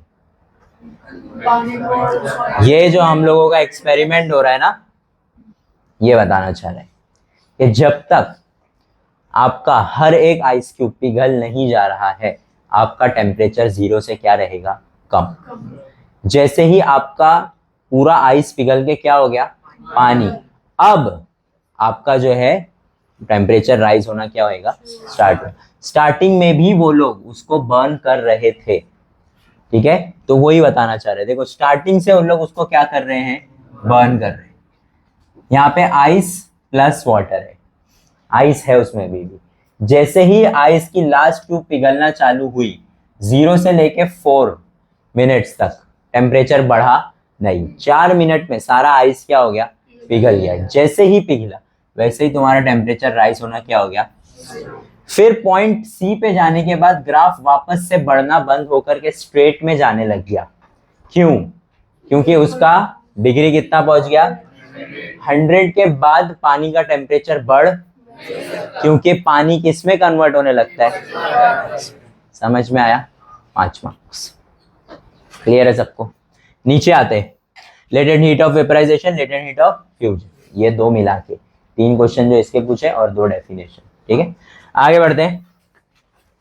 फिर उसके बाद है रेजिलेशन, मतलब प्रेशर बढ़ने की वजह से क्या बढ़ना? टेम्परेचर, ठीक है। जैसे जैसे प्रेशर बढ़ेगा वैसे वैसे टेम्परेचर बढ़ता है। मेरे माथे पे अगर तुम लोगों को पसीना दिखने लगा, मतलब अपनी हरकत क्या कर देने का? कम। क्यों? टेम्परेचर। समझ में आया क्या? हाँ, सीखे नहीं तुम लोग इतने साल में अभी तक मेरे पास पढ़ते पढ़ते? क्या रे तुम लोग, रेजिलेशन तुम्हारे सर के माथों पे होता है और तुम लोगों को टेक्स्ट बुक पे पढ़ने की जरूरत है। जैसे जैसे प्रेशर बढ़ेगा हीट भी क्या होएगा? बढ़ेगा। एक्सपेरिमेंट क्या बताना चाह रहा है? एक्सपेरिमेंट बताना ये चाह रहा है कि हम लोगों ने लगा दिया है वेट, अब वो वेट आइस क्यूब पे लगा रहा है प्रेशर, जिसकी वजह से उसका टेम्परेचर क्या हो रहा है? वो पिघल रहा है। लेकिन जैसे ही वो नीचे जा रहा है, ऊपर वाले हिस्से से प्रेशर क्या हो जा रहा है?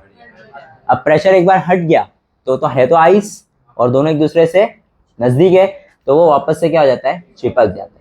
जैसे जैसे वो नीचे जाता रहेगा, ऊपर से प्रेशर हटता रहेगा और ऊपर की आइस क्या होती रहेगी? चिपकती रहेगी। ये पूरा वायर कट के नीचे आ जाएगा, लेकिन फिर भी तुम्हारे आइस स्लैब्स 2 इक्वल पार्ट में डिवाइड। समझ में आया? ये है एक्सपेरिमेंट। रेजिलेशन का डेफिनेशन किधर है? The phenomena in which the ice converts to liquid due to applied pressure and then reconverts to ice once the pressure is removed is called as। इसको याद रखने का। समझ में आया रेजिलेशन? यस और नो? रेजिलेशन का पूछा है एग्जाम में। कितने मार्क के लिए? 3 मार्क के लिए। 3 मार्क के क्वेश्चन इसके सबसे ज्यादा पूछे हुए। ये 3 मार्क का पूछा है, ये देखो, ये तुम लोग का फेवरेट 3 मार्क का पूछा है, 2 से 4 मिनट।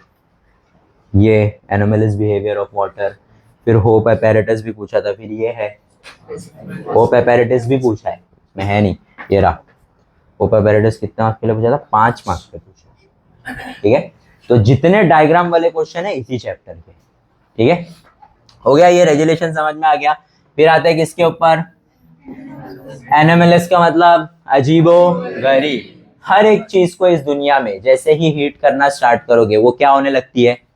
एक्सपांड, सिवाय पानी पहले क्या होता है, फिर क्या होता है, दैट्स द ग्राफ।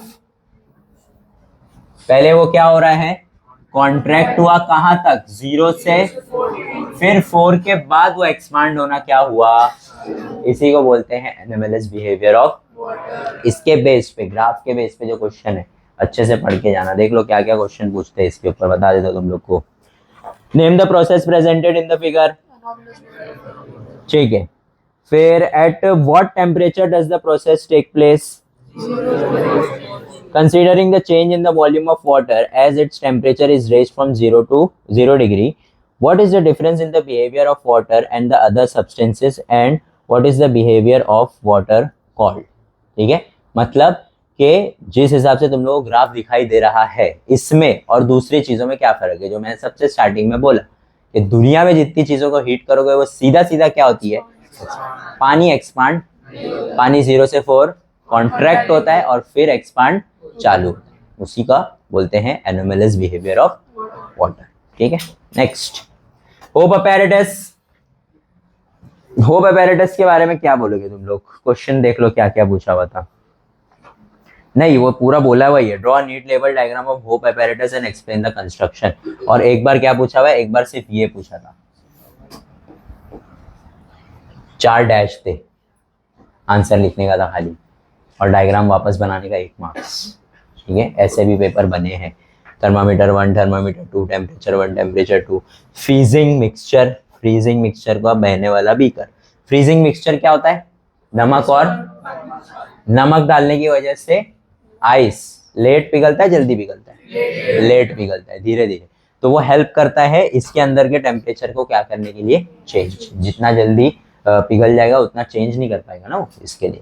ठीक है, तो anomalous behaviour of water can be studied with the help of hope apparatus. Hope apparatus consist of long cylindrical container, फिर उसके अंदर 2 थर्मामीटर लगे रहते हैं, एक टेम्परेचर 1 और एक टेम्परेचर 2 नीचे की तरफ और ऊपर की तरफ। Water is filled cylindrical container mixture of ice and salt called freezing mixture. It is put in the flat ball.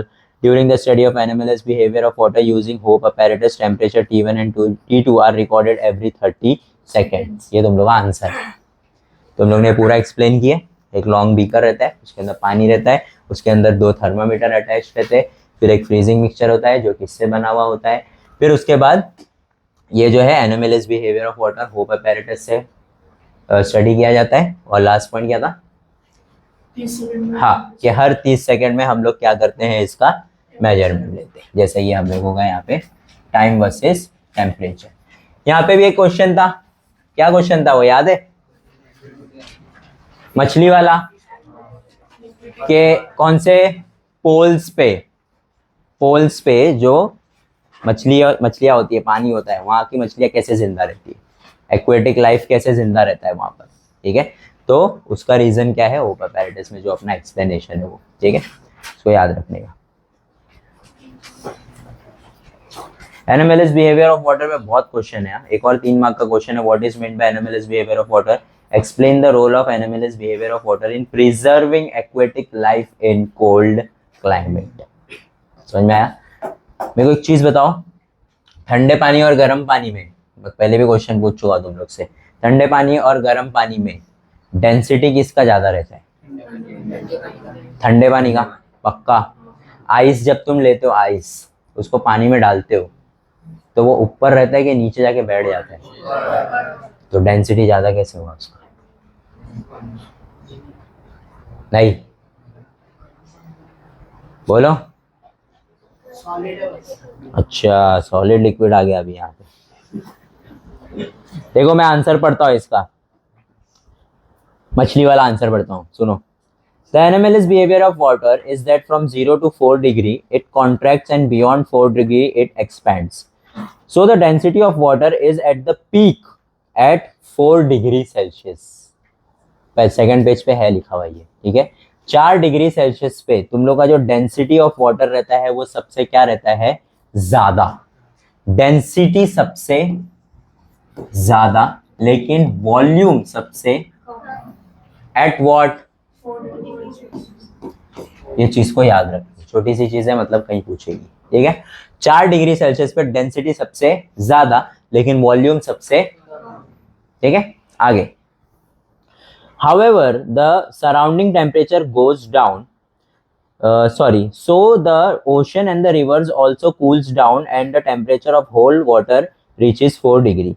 The water therefore reaches its maximum density at this temperature. Below this temperature, the layer on the surface expand caused by anomalous behavior of water because of its decreased density. ठंडा हो गया मतलब देखो क्या बोलना चाह रहा है ये. The water in the ocean and the river also cools down, and the temperature of whole water reaches 4 degree. The water therefore reaches its maximum density at this temperature.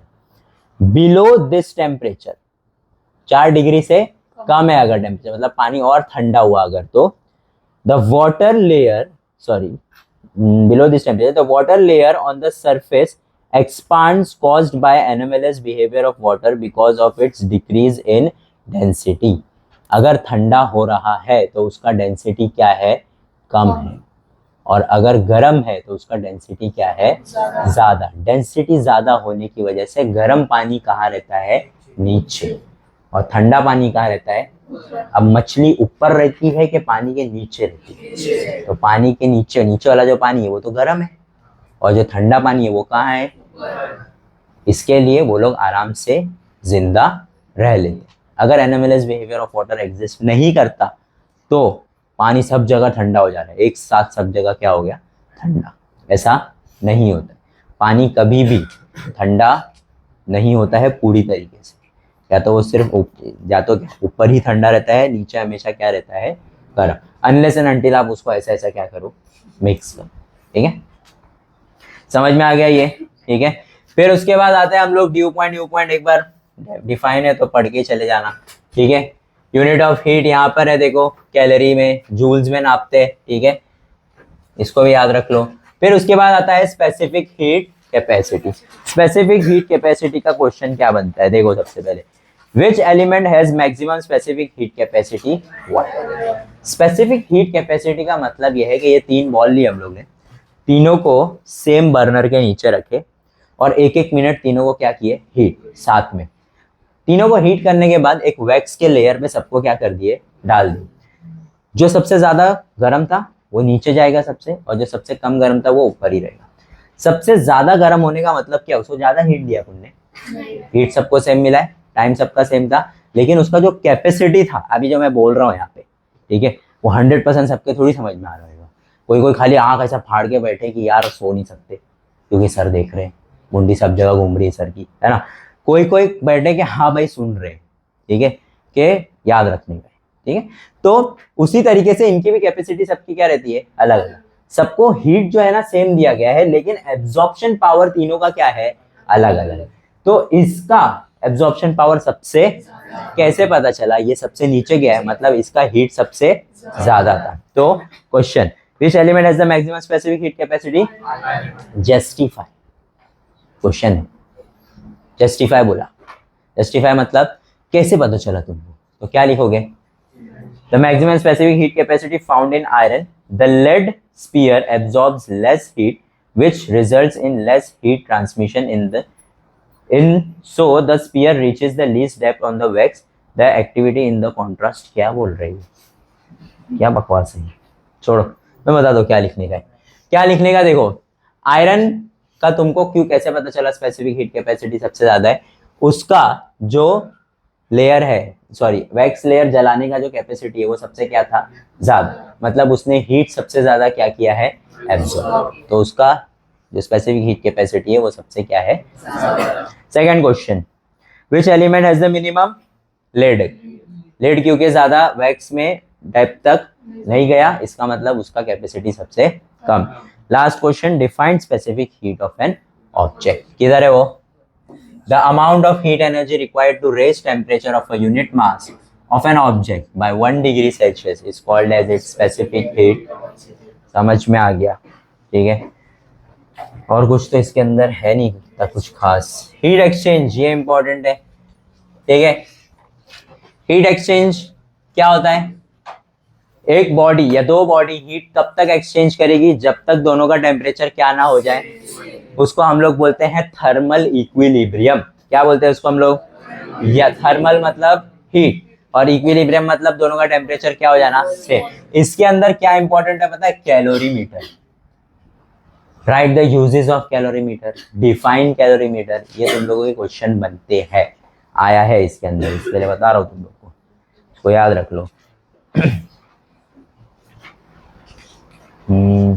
हाँ, right the use of calorimeter, the specific heat of an object can be measured. Calorimeter क्यों use करते हैं हम लोग? Specific heat, capacity को क्या करने के लिए? मेजर करने के लिए। इस चीज को याद रख लो, ठीक है। यहाँ पे हम लोग का चैप्टर होता है समाप्त। नेक्स्ट चैप्टर क्या है? चैप्टर पेज नंबर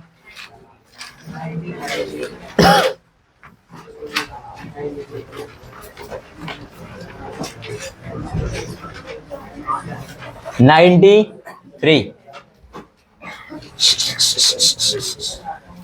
फर्स्ट, किसी को लाफा मत मारो वरना तुम लोग को तो मालूम ही है, फैजान मजाइल लोग को।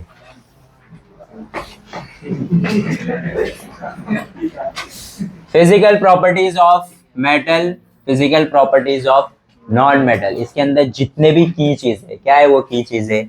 जैसे शेयरिंग नहीं है ये ना, जैसे क्या के मेटल पोजेसेस लस्टर, ठीक है, लेकिन कुछ मेटल्स होते हैं जिनके अंदर लस्टर नहीं होता, उसमें एक आवाज आती है टन से, सोनोरिटी। कुछ मेटल में नहीं होता है। जिसमें नहीं हो रहा है ना, वो चीज याद रखना जरूरी है, उसको याद रखो, ठीक है। फिर नॉन मेटल में सबसे इंपॉर्टेंट चीज क्या है पता है? कहाँ गया वो? ग्रेफाइट। ग्रेफाइट हमारे लिए बहुत ज्यादा इंपॉर्टेंट है। ग्रेफाइट एक ऐसा बंदा है जो नॉन मेटल होने के बावजूद अपने अंदर से क्या गुजार सकता है? करंट, इलेक्ट्रिसिटी गुजार सकता है। तो ग्रेफाइट अपने लिए इंपॉर्टेंट है। तो ये पूरा तुम लोग का इंपॉर्टेंट पार्ट है, ठीक है। इसके बाद केमिकल प्रॉपर्टीज ऑफ मेटल, ये सब तुम लोग को याद करना पड़ेगा। रिएक्शन ऑफ मेटल, मेटल के साथ रिएक्ट होता है, फिर उसके बाद वाटर के साथ रिएक्ट होता है, फिर उसके बाद जो भी है ये सब इंपॉर्टेंट है। ये डायग्राम इंपॉर्टेंट है, ये डायग्राम इंपॉर्टेंट है भाई साहब। इसका क्वेश्चन बता दो तुम लोगों को क्या पूछा था। देखो क्वेश्चन, देखो 3 मार्क का क्वेश्चन आया था इस पे, रिएक्टिविटी टेबल पे। Name 2 metals which react with water. इधर लिखा हुआ है चिंदी, इधर याद नहीं करके आने का, लिखा हुआ है, ठीक है। Name 2 moderately reactive metals. Name the most highly reactive metals. पानी के साथ भी रिएक्ट हो गया ना, ठीक है। देखो पानी के साथ जो रिएक्ट हो जाए मतलब वो कुछ ज्यादा ही रिएक्टिव मेटल है। जिसके ऊपर एसिड वैसिड डालना पड़ रहा है, मेहनत करनी पड़ रही है, वो कम रिएक्टिव है। फिर ऐसा मेटल जो रिएक्ट ही नहीं हो रहा भाई, सोना, ठीक है। इजिप्ट में सोना मिल रहा है, हजारों साल पुराना, वो सोना अब तक वैसे ही चमक रहा है। सोना गंदा नहीं होता कभी भी, ठीक है। तो वो रिएक्ट ही नहीं हो रहा किसी चीज से, वो लेस रिएक्टिव है, ठीक है। जिसको रिएक्ट करवाने में मेहनत करने पड़े मतलब वो लेस रिएक्टिव है। और जो पानी ऐसा छिड़को वाह, ठीक है, मैजिक बॉल बन जा रहा है, ठीक है। ऐसा आयरन पड़ा हुआ है, उस पर ऐसा पानी डाल दो सड़ गया, वो उसको बोलते हैं मोर रिएक्टिव। समझ में आया? आगे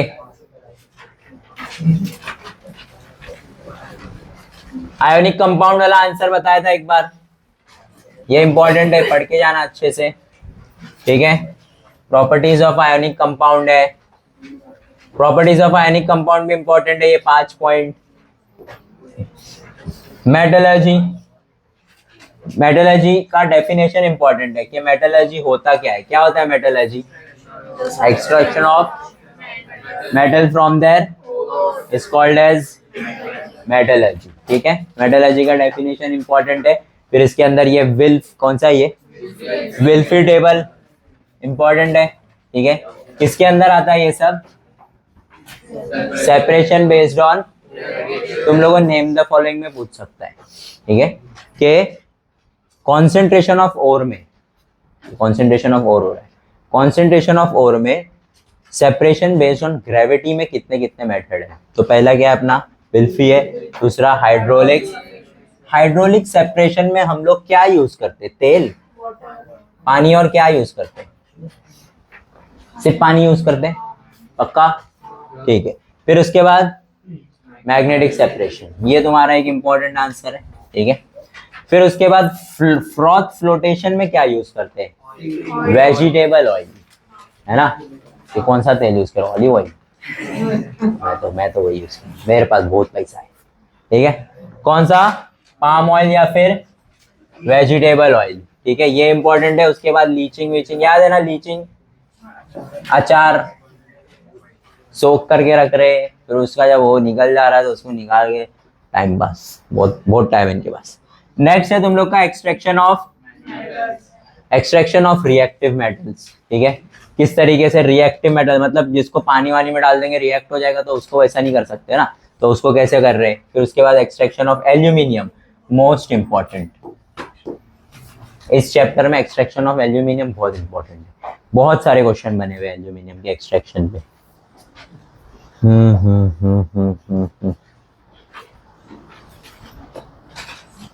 देखो एमसीक्यू देखो इसका,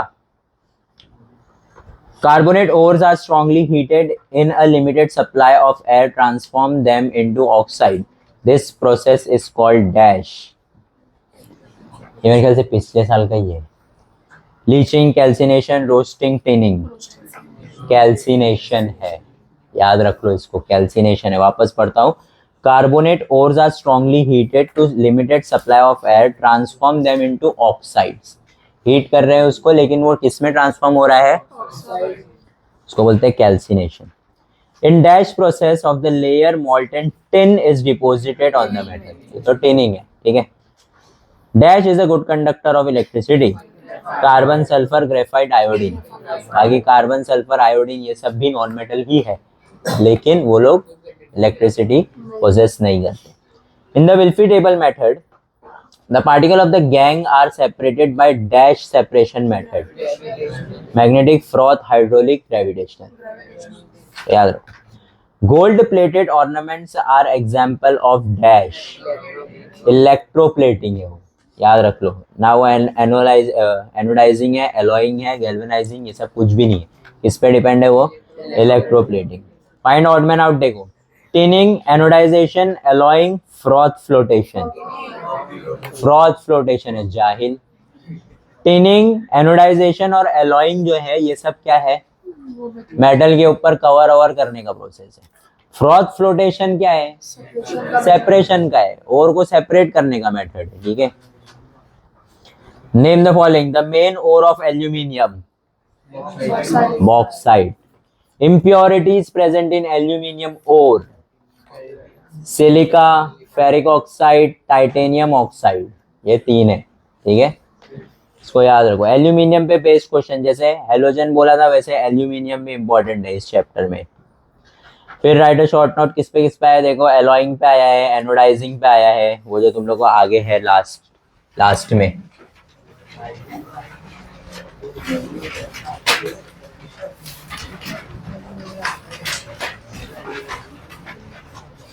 हाँ ये रहा ये पार्ट, गैल्वेनाइजिंग, टिनिंग, एनोडाइजेशन, ये सब अच्छे से पढ़ के जाना।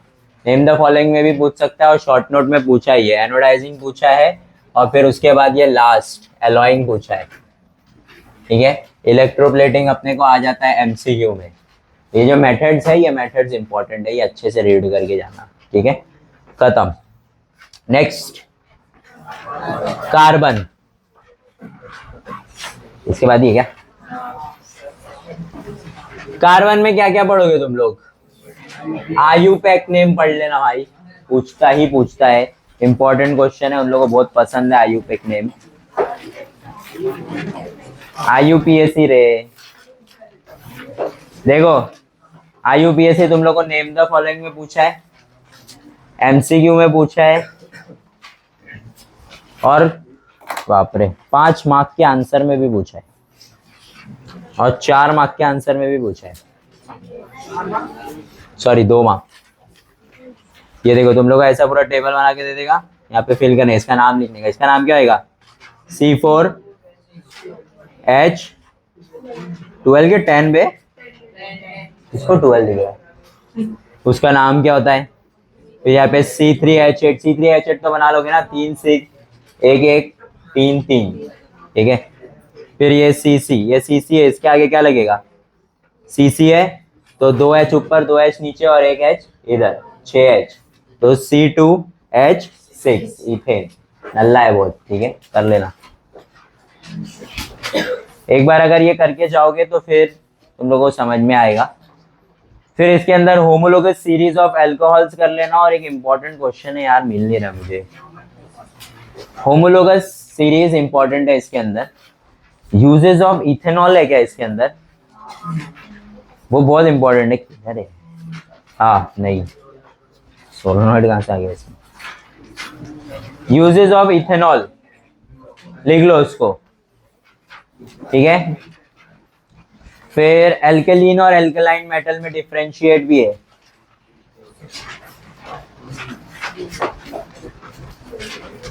ये मैं उनके लिए बता रहा हूं जो ये चैप्टर छोड़ के जा रहे हैं। ये पढ़ के जाओ, एकदम नहीं छोड़ते अपन कोई भी चैप्टर। जो बता रहा हूँ, IUPAC नेम्स अच्छे से पढ़ के जाओ, होमोलोगस सीरीज अच्छे से पढ़ के जाओ, इथेनॉल के यूजेस पढ़ के जाओ। विनेगर वाला भी एक क्वेश्चन है, विनेगर वाला क्वेश्चन इंपॉर्टेंट है इसके अंदर। ये सब है ना बहुत, क्योंकि बहुत बड़ा चैप्टर है ना, तो इसके अंदर रिपीट होता ही होता है 110%। इसके रिपीटेड क्वेश्चन भी पढ़ के चले जाओगे, तुम्हारा काम हो जाएगा, ठीक है। लेकिन रिपीटेड क्वेश्चन का मतलब ये नहीं है कि भाई इसका UPSC नेम पूछा था वापस उसी का पूछ रहे हैं, नहीं, अभी किसी और का पूछेगा। टॉपिक इंपॉर्टेंट है IUPSC, वो पूछेगा। क्या पूछेगा वो तुम लोगों को पढ़ना पड़ेगा पूरा, वो थोड़ी बता सकता हूँ मैं। विनेगर वाला आंसर इंपॉर्टेंट है। What is mean by vinegar and gasohol? Homologous series mark करा दिया तुम लोग को, इथेनॉल मार्क करवा दिया, और क्या बोला मैंने? अल्कलीन अल्कलाइन, वो सब का differentiate between hydrocarbons. Hydrocarbons important है, उसको पढ़ लेना अच्छे से। डिफाइन हाइड्रोकार्बन क्या होता है, फिर कितने बॉन्ड बनते हैं, तो क्या इन एन आइन वो सब बनता है, वो सारी चीज़ें। तो पूरा चैप्टर अगर नहीं भी करोगे तो चलेगा, ये जितनी चीज़ बता रहा हूँ उतना कर लो, ठीक है। तो ये पूरे 10 में से मेरी मानो तो यही एक चैप्टर है जो मैं रिकमेंड नहीं करता हूँ पढ़ने, क्योंकि अगर तुम लोग ये चालू करोगे ना, आज पूरा दिन खाली तुम लोग कार्बन कंपाउंड पढ़ने में जाएगा, ठीक है। और अगर तुमने वो गलती कर दी है कि मैं कार्बन कंपाउंड से ही स्टार्ट करता हूँ पढ़ना, फिर तो बेटा अजान हो जाएगी मगरिब की, फिर एक बार पेट में कुछ गया तो शॉर्ट, है ना। एनर्जी आती है तेरे को खाने से, मेरे को तो आलस आने लग जाता है भाई, तभी तो पता नहीं चलता है मगरिब से ईशा तक का टाइम कब गया, ठीक है।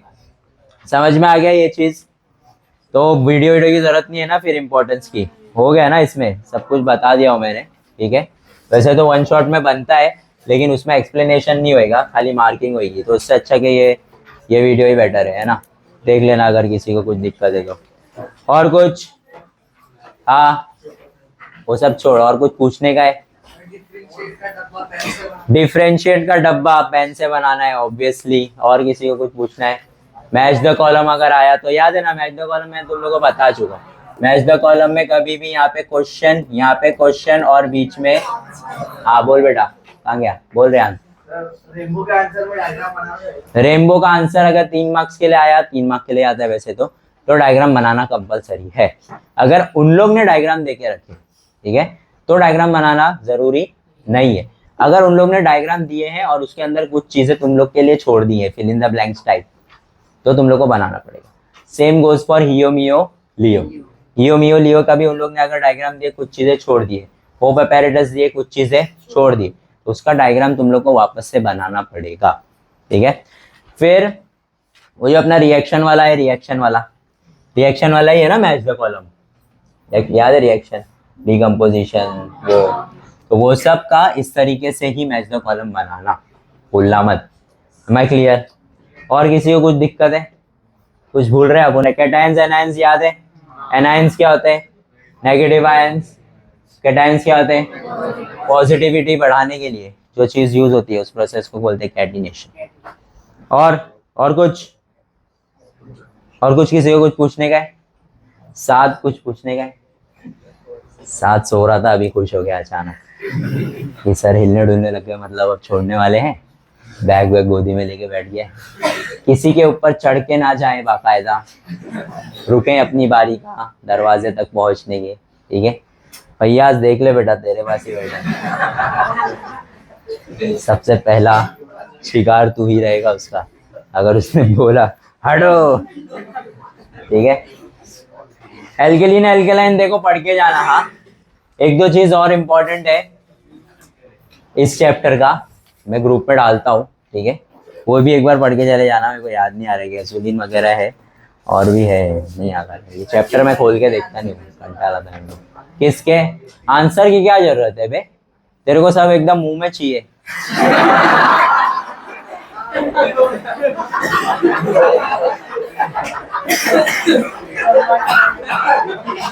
रुको रुको रुको रुको, मेरी बात सुनो। मैंने क्वेश्चन बताया हूँ, मैंने आंसर एक्सप्लेन किया हूँ, तुमने मार्क किए भी हो पहले से, उसको जाके पढ़ो। देखो रट्टा मारने का है, बोल। और कुछ और बात है तो यासिर को कांटेक्ट कर ले।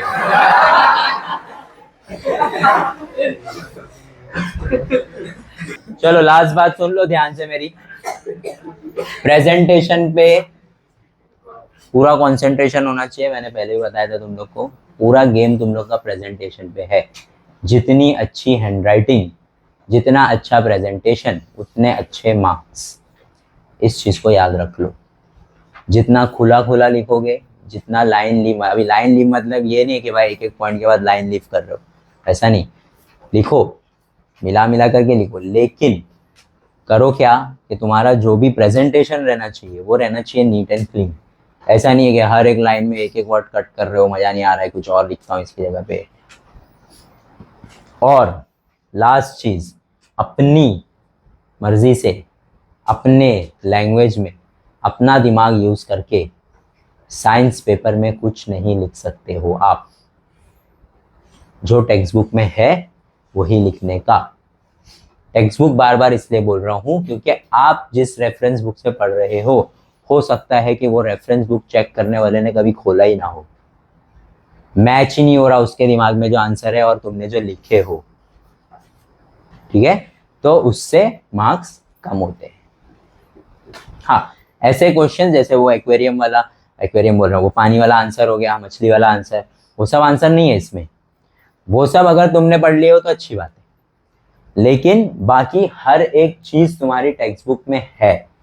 इसीलिए साइंस में जोर दिया जाता है कि टेक्स्ट बुक से ही पढ़ो, टेक्स्ट बुक पूरी चाट जाओ, एक एक चीज, ह्यूमेनो, ये सारी चीजें, सब कुछ उसी में से क्वेश्चन बन के आते हैं, ठीक है? जाने का, पेपर उठाने का, अच्छे से पहले पूरा पेपर पढ़ने का, पूरा पेपर अच्छे से, पेंसिल लेने का हाथ में, मार्क कर लेने का, 8 है इसमें से ये 4, ये 5, ये 6 मुझे आ रहा है। दूसरी बात, 8 में से तुम लोगों को 5 ही आ रहा था तो 5 ही लिखोगे, 4 आ रहा था तो दिक्कत है, ठीक है? अब मुझे आ रहा है 6 और वो 6 के 6 बहुत अच्छे से आ रहे हैं मुझे, ठीक है? 6 के 6 लिख दो, लेकिन लास्ट में मत लिखना।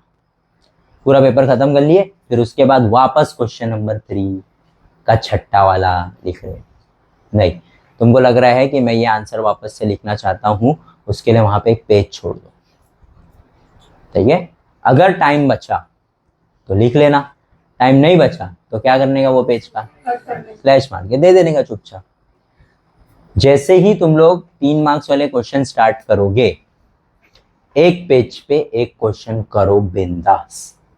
6 लाइन में क्वेश्चन खत्म हो गया सर, मेरा आंसर खत्म हो गया, नेक्स्ट पेज, नेक्स्ट पेज पे आ जाओ, वहीं पे भसड़ मत करो, ठीक है? कोई कुछ बोलने नहीं वाला है। तुम लोगों ने सप्लीमेंट मांगे तो कोई आके आज चेक किया, ऐसा तू दिखा सब लिखा है, कोई नहीं चेक करता है, ठीक है? तो पब्लिक ना टाइम पास के लिए ले लेती है, बीच के 6-7 पेज खा लिए, सप्लीमेंट ले लिए, और कोई कोई तो सप्लीमेंट लेके सप्लीमेंट में कुछ लिखते भी नहीं है, फुकट टाइम पास के लिए लेते। ये सब नहीं करने का, ठीक है। आपने एक पेज पे एक क्वेश्चन किए हो, उसने बंदे ने चेक किया, राइट दिया, पूरे मार्क्स दिया, आगे बढ़ा नेक्स्ट पेज पे। उसके लिए चीज़ें आसान होती है, तुम्हारा पेपर नीट दिखता है। जितना नीट पेपर, जितनी अंडरलाइनिंग्स पेपर में, जितने हाईलाइटेड वर्ड्स, जितने की वर्ड्स, उतने ज़्यादा तुमको मार्क्स मिलेंगे। इस चीज़ को याद रख लो। तुमने भी अच्छा आंसर लिखा है, पूरा डिट्टो आंसर, एक बंदे ने है जिसने उसने भी पूरा आंसर लिखा है लेकिन कीवर्ड्स अंडरलाइन किया है, अभी किसको 4 मार्क्स देना चाहिए या किसको 5 मार्क्स देना चाहिए? कीवर्ड जिसके अंडरलाइन है। आंसर सेम है लेकिन कीवर्ड जिसके अंडरलाइन है उसको 5 मार्क्स पूरे मिलेंगे, ठीक है। कीवर्ड जिसके अंडरलाइन नहीं है उसको 5 मार्क्स पूरे नहीं देंगे, 4 देके 4.5 देके छोड़ देंगे। आया समझ में? एमसीक्यू का पैटर्न अभी भी सेम है। क्वेश्चन नंबर 1 बी खत्म। क्वेश्चन नंबर 1 बी, उसका जो भी ऑप्शन है ये भी लिखोगे तो चलेगा, उससे ज्यादा कुछ नहीं। हाँ, एमसीक्यू के बाद जो चिंदी चिंदी क्वेश्चंस आते हैं, कोरिलेशन, कोरिलेशन में पूरा क्वेश्चन लिखना जरूरी है, ऑड मैन आउट में लिखने की जरूरत नहीं। रीजन अगर तुमको आता है, पता है तुमको रीजन, तो लिखो, वरना रीजन लिखने की जरूरत, ट्रू और फॉल्स में भी क्वेश्चन लिखने की जरूरत, सिर्फ ट्रू या फॉल्स, ठीक है। अब टी या एफ मत लिख के आ जाना।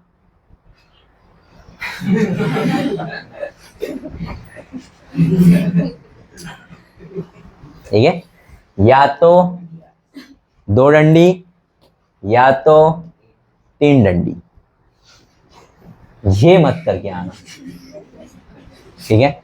एमसीक्यू में वापस से एक चीज, अगर कंफर्म नहीं हो, रुकना चाहते हो, ठीक है, एंड गेम के लिए कि भाई कुछ हो जाए थोड़ा बहुत यहाँ वहां से इंतजामात, ठीक है, कि इन्विजिलेटर को तुम्हारे रहम आ जाए और बोले जाओ जी लो अपनी जिंदगी, है ना, तो एमसीक्यू के लिए प्लेस छोड़ देना, लिखना मत। कट करोगे, लिखोगे, मार्क्स नहीं मिलेगा, चाहे राइट रहे चाहे रॉन्ग रहे। कट कर दिया मतलब बात खत्म, वो देखेगा भी नहीं कि क्या राइट है क्या रॉन्ग है, सीधा रॉन्ग देके खत्म करेगा, ठीक है। चेकिंग तुम लोग की बहुत ज़्यादा स्ट्रिक्ट है, तो यूनिट्स वगैरह अगर लिखोगे किसी चीज़ के, जैसे न्यूमेरिकल की यूनिट्स लिख रहे हो, फॉर्मूला लिख रहे हो, जैसे अपन मेंसुरेशन सॉल्व किए ना, फॉर्मूला लिखते, गिवन लिखते, सॉल्यूशन लिखते, फिर उसका यूनिट लिखते, फिर उसको अंडरलाइन मारते, फिर नीचे एक स्टेटमेंट लिखते हैं, उस तरीके से तुम्हारा आंसर होना चाहिए न्यूमेरिकल अगर कर रहे हो तो। न्यूमेरिकल अगर तुम लोगों को आ रहा है तो बेटर ये है कि न्यूमेरिकल ही करो, क्योंकि आंसर में 90% चांस होता है कि वो आराम से मार्क्स काट ले तुम्हारे। ये चीज तो तूने लिखा ही नहीं, खत्म। न्यूमेरिकल में ऐसा नहीं कर सकता वो। न्यूमेरिकल एक बार तुमने सॉल्व कर दिया, तुमको आंसर आ गया, मतलब फुल मार्क्स देना ही देना है। इसीलिए बोल रहा हूँ कि जो 2 इजी चैप्टर के न्यूमेरिकल्स है वो न्यूमेरिकल्स करके जाओ, ठीक है। नहीं किए हो, मुझे मालूम है तुम लोग ने कल जाके नहीं किए हो, अभी कर लो, जाके करो वो 2 न्यूमेरिकल्स, इंपॉर्टेंट है वो, ठीक है।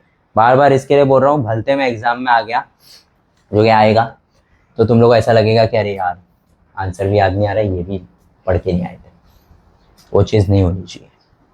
समझ में आ गया? मार्जिन वार्जिन तो तुम लोग को बनाने आता ही है, वो करना ज़रूरी है। सप्लीमेंट नंबर्स लिख लेने का एट दी एंड, नहीं भी लिखोगे तो वो लोग जा कर के सही कर देते हैं, इसका मतलब ये नहीं कि सब उसी के भरोसे छोड़ दो तुम लोग। आया समझ में? ये सारी चीज़ें अपनी अच्छे से देख के देने का, पेपर्स का आगे पीछे पूरा अच्छे से चेक करने का कि भाई पूरा पेपर मैंने लिखा हूँ कि नहीं। डायग्राम्स जो बनेंगे वो तुम लोग को पेंसिल से ही बनाने होते हैं, पेन से डायग्राम नहीं बना सकते हो, ठीक है। तो पेंसिल से ही डायग्राम आपका बनेगा। स्केल लेकर के जाना, राउंडर की मेरे ख्याल से कोई ज़रूरत है नहीं, ऐसा कुछ डायग्राम है नहीं अपने पास जिसमें राउंडर की ज़रूरत है क्या? रेनबो है, हाँ रेनबो है, आए है, तो लेके चले आना राउंडर भी, ठीक है ना सबके पास? ठीक, तो राउंडर लेकर के चले जाना, ठीक है। और कुछ हो गया सब, ठीक है। साइंस 1 देखो, रेडी रहो, हाँ मैं दिमाग से तुम लोग को पहले ही बोल रहा हूँ कि दिमाग से एकदम रेडी रहो, ये पेपर आने वाला है खराब। इसका मतलब ये नहीं कि भाई खराब ही आने वाला ना। पढ़ो, हर एक चीज तुम लोगों को जो है ना मार्क करा के दे दी गई है। अगर ज्यादा से ज्यादा तुम लोगों को भारी पड़ेगा तो केमिस्ट्री पार्ट का गिव रीजन भारी पड़ेगा। गिव रीजन आते कितने? 3। लिखना कितना होता है? ज्यादा चांसेस ये होता है कि फिजिक्स के 2 और 1 केमिस्ट्री का होता है, या तो हो सकता है कि 2 केमिस्ट्री का और 1 फिजिक्स का हो जाए। ठीक है, वैसा भी होगा।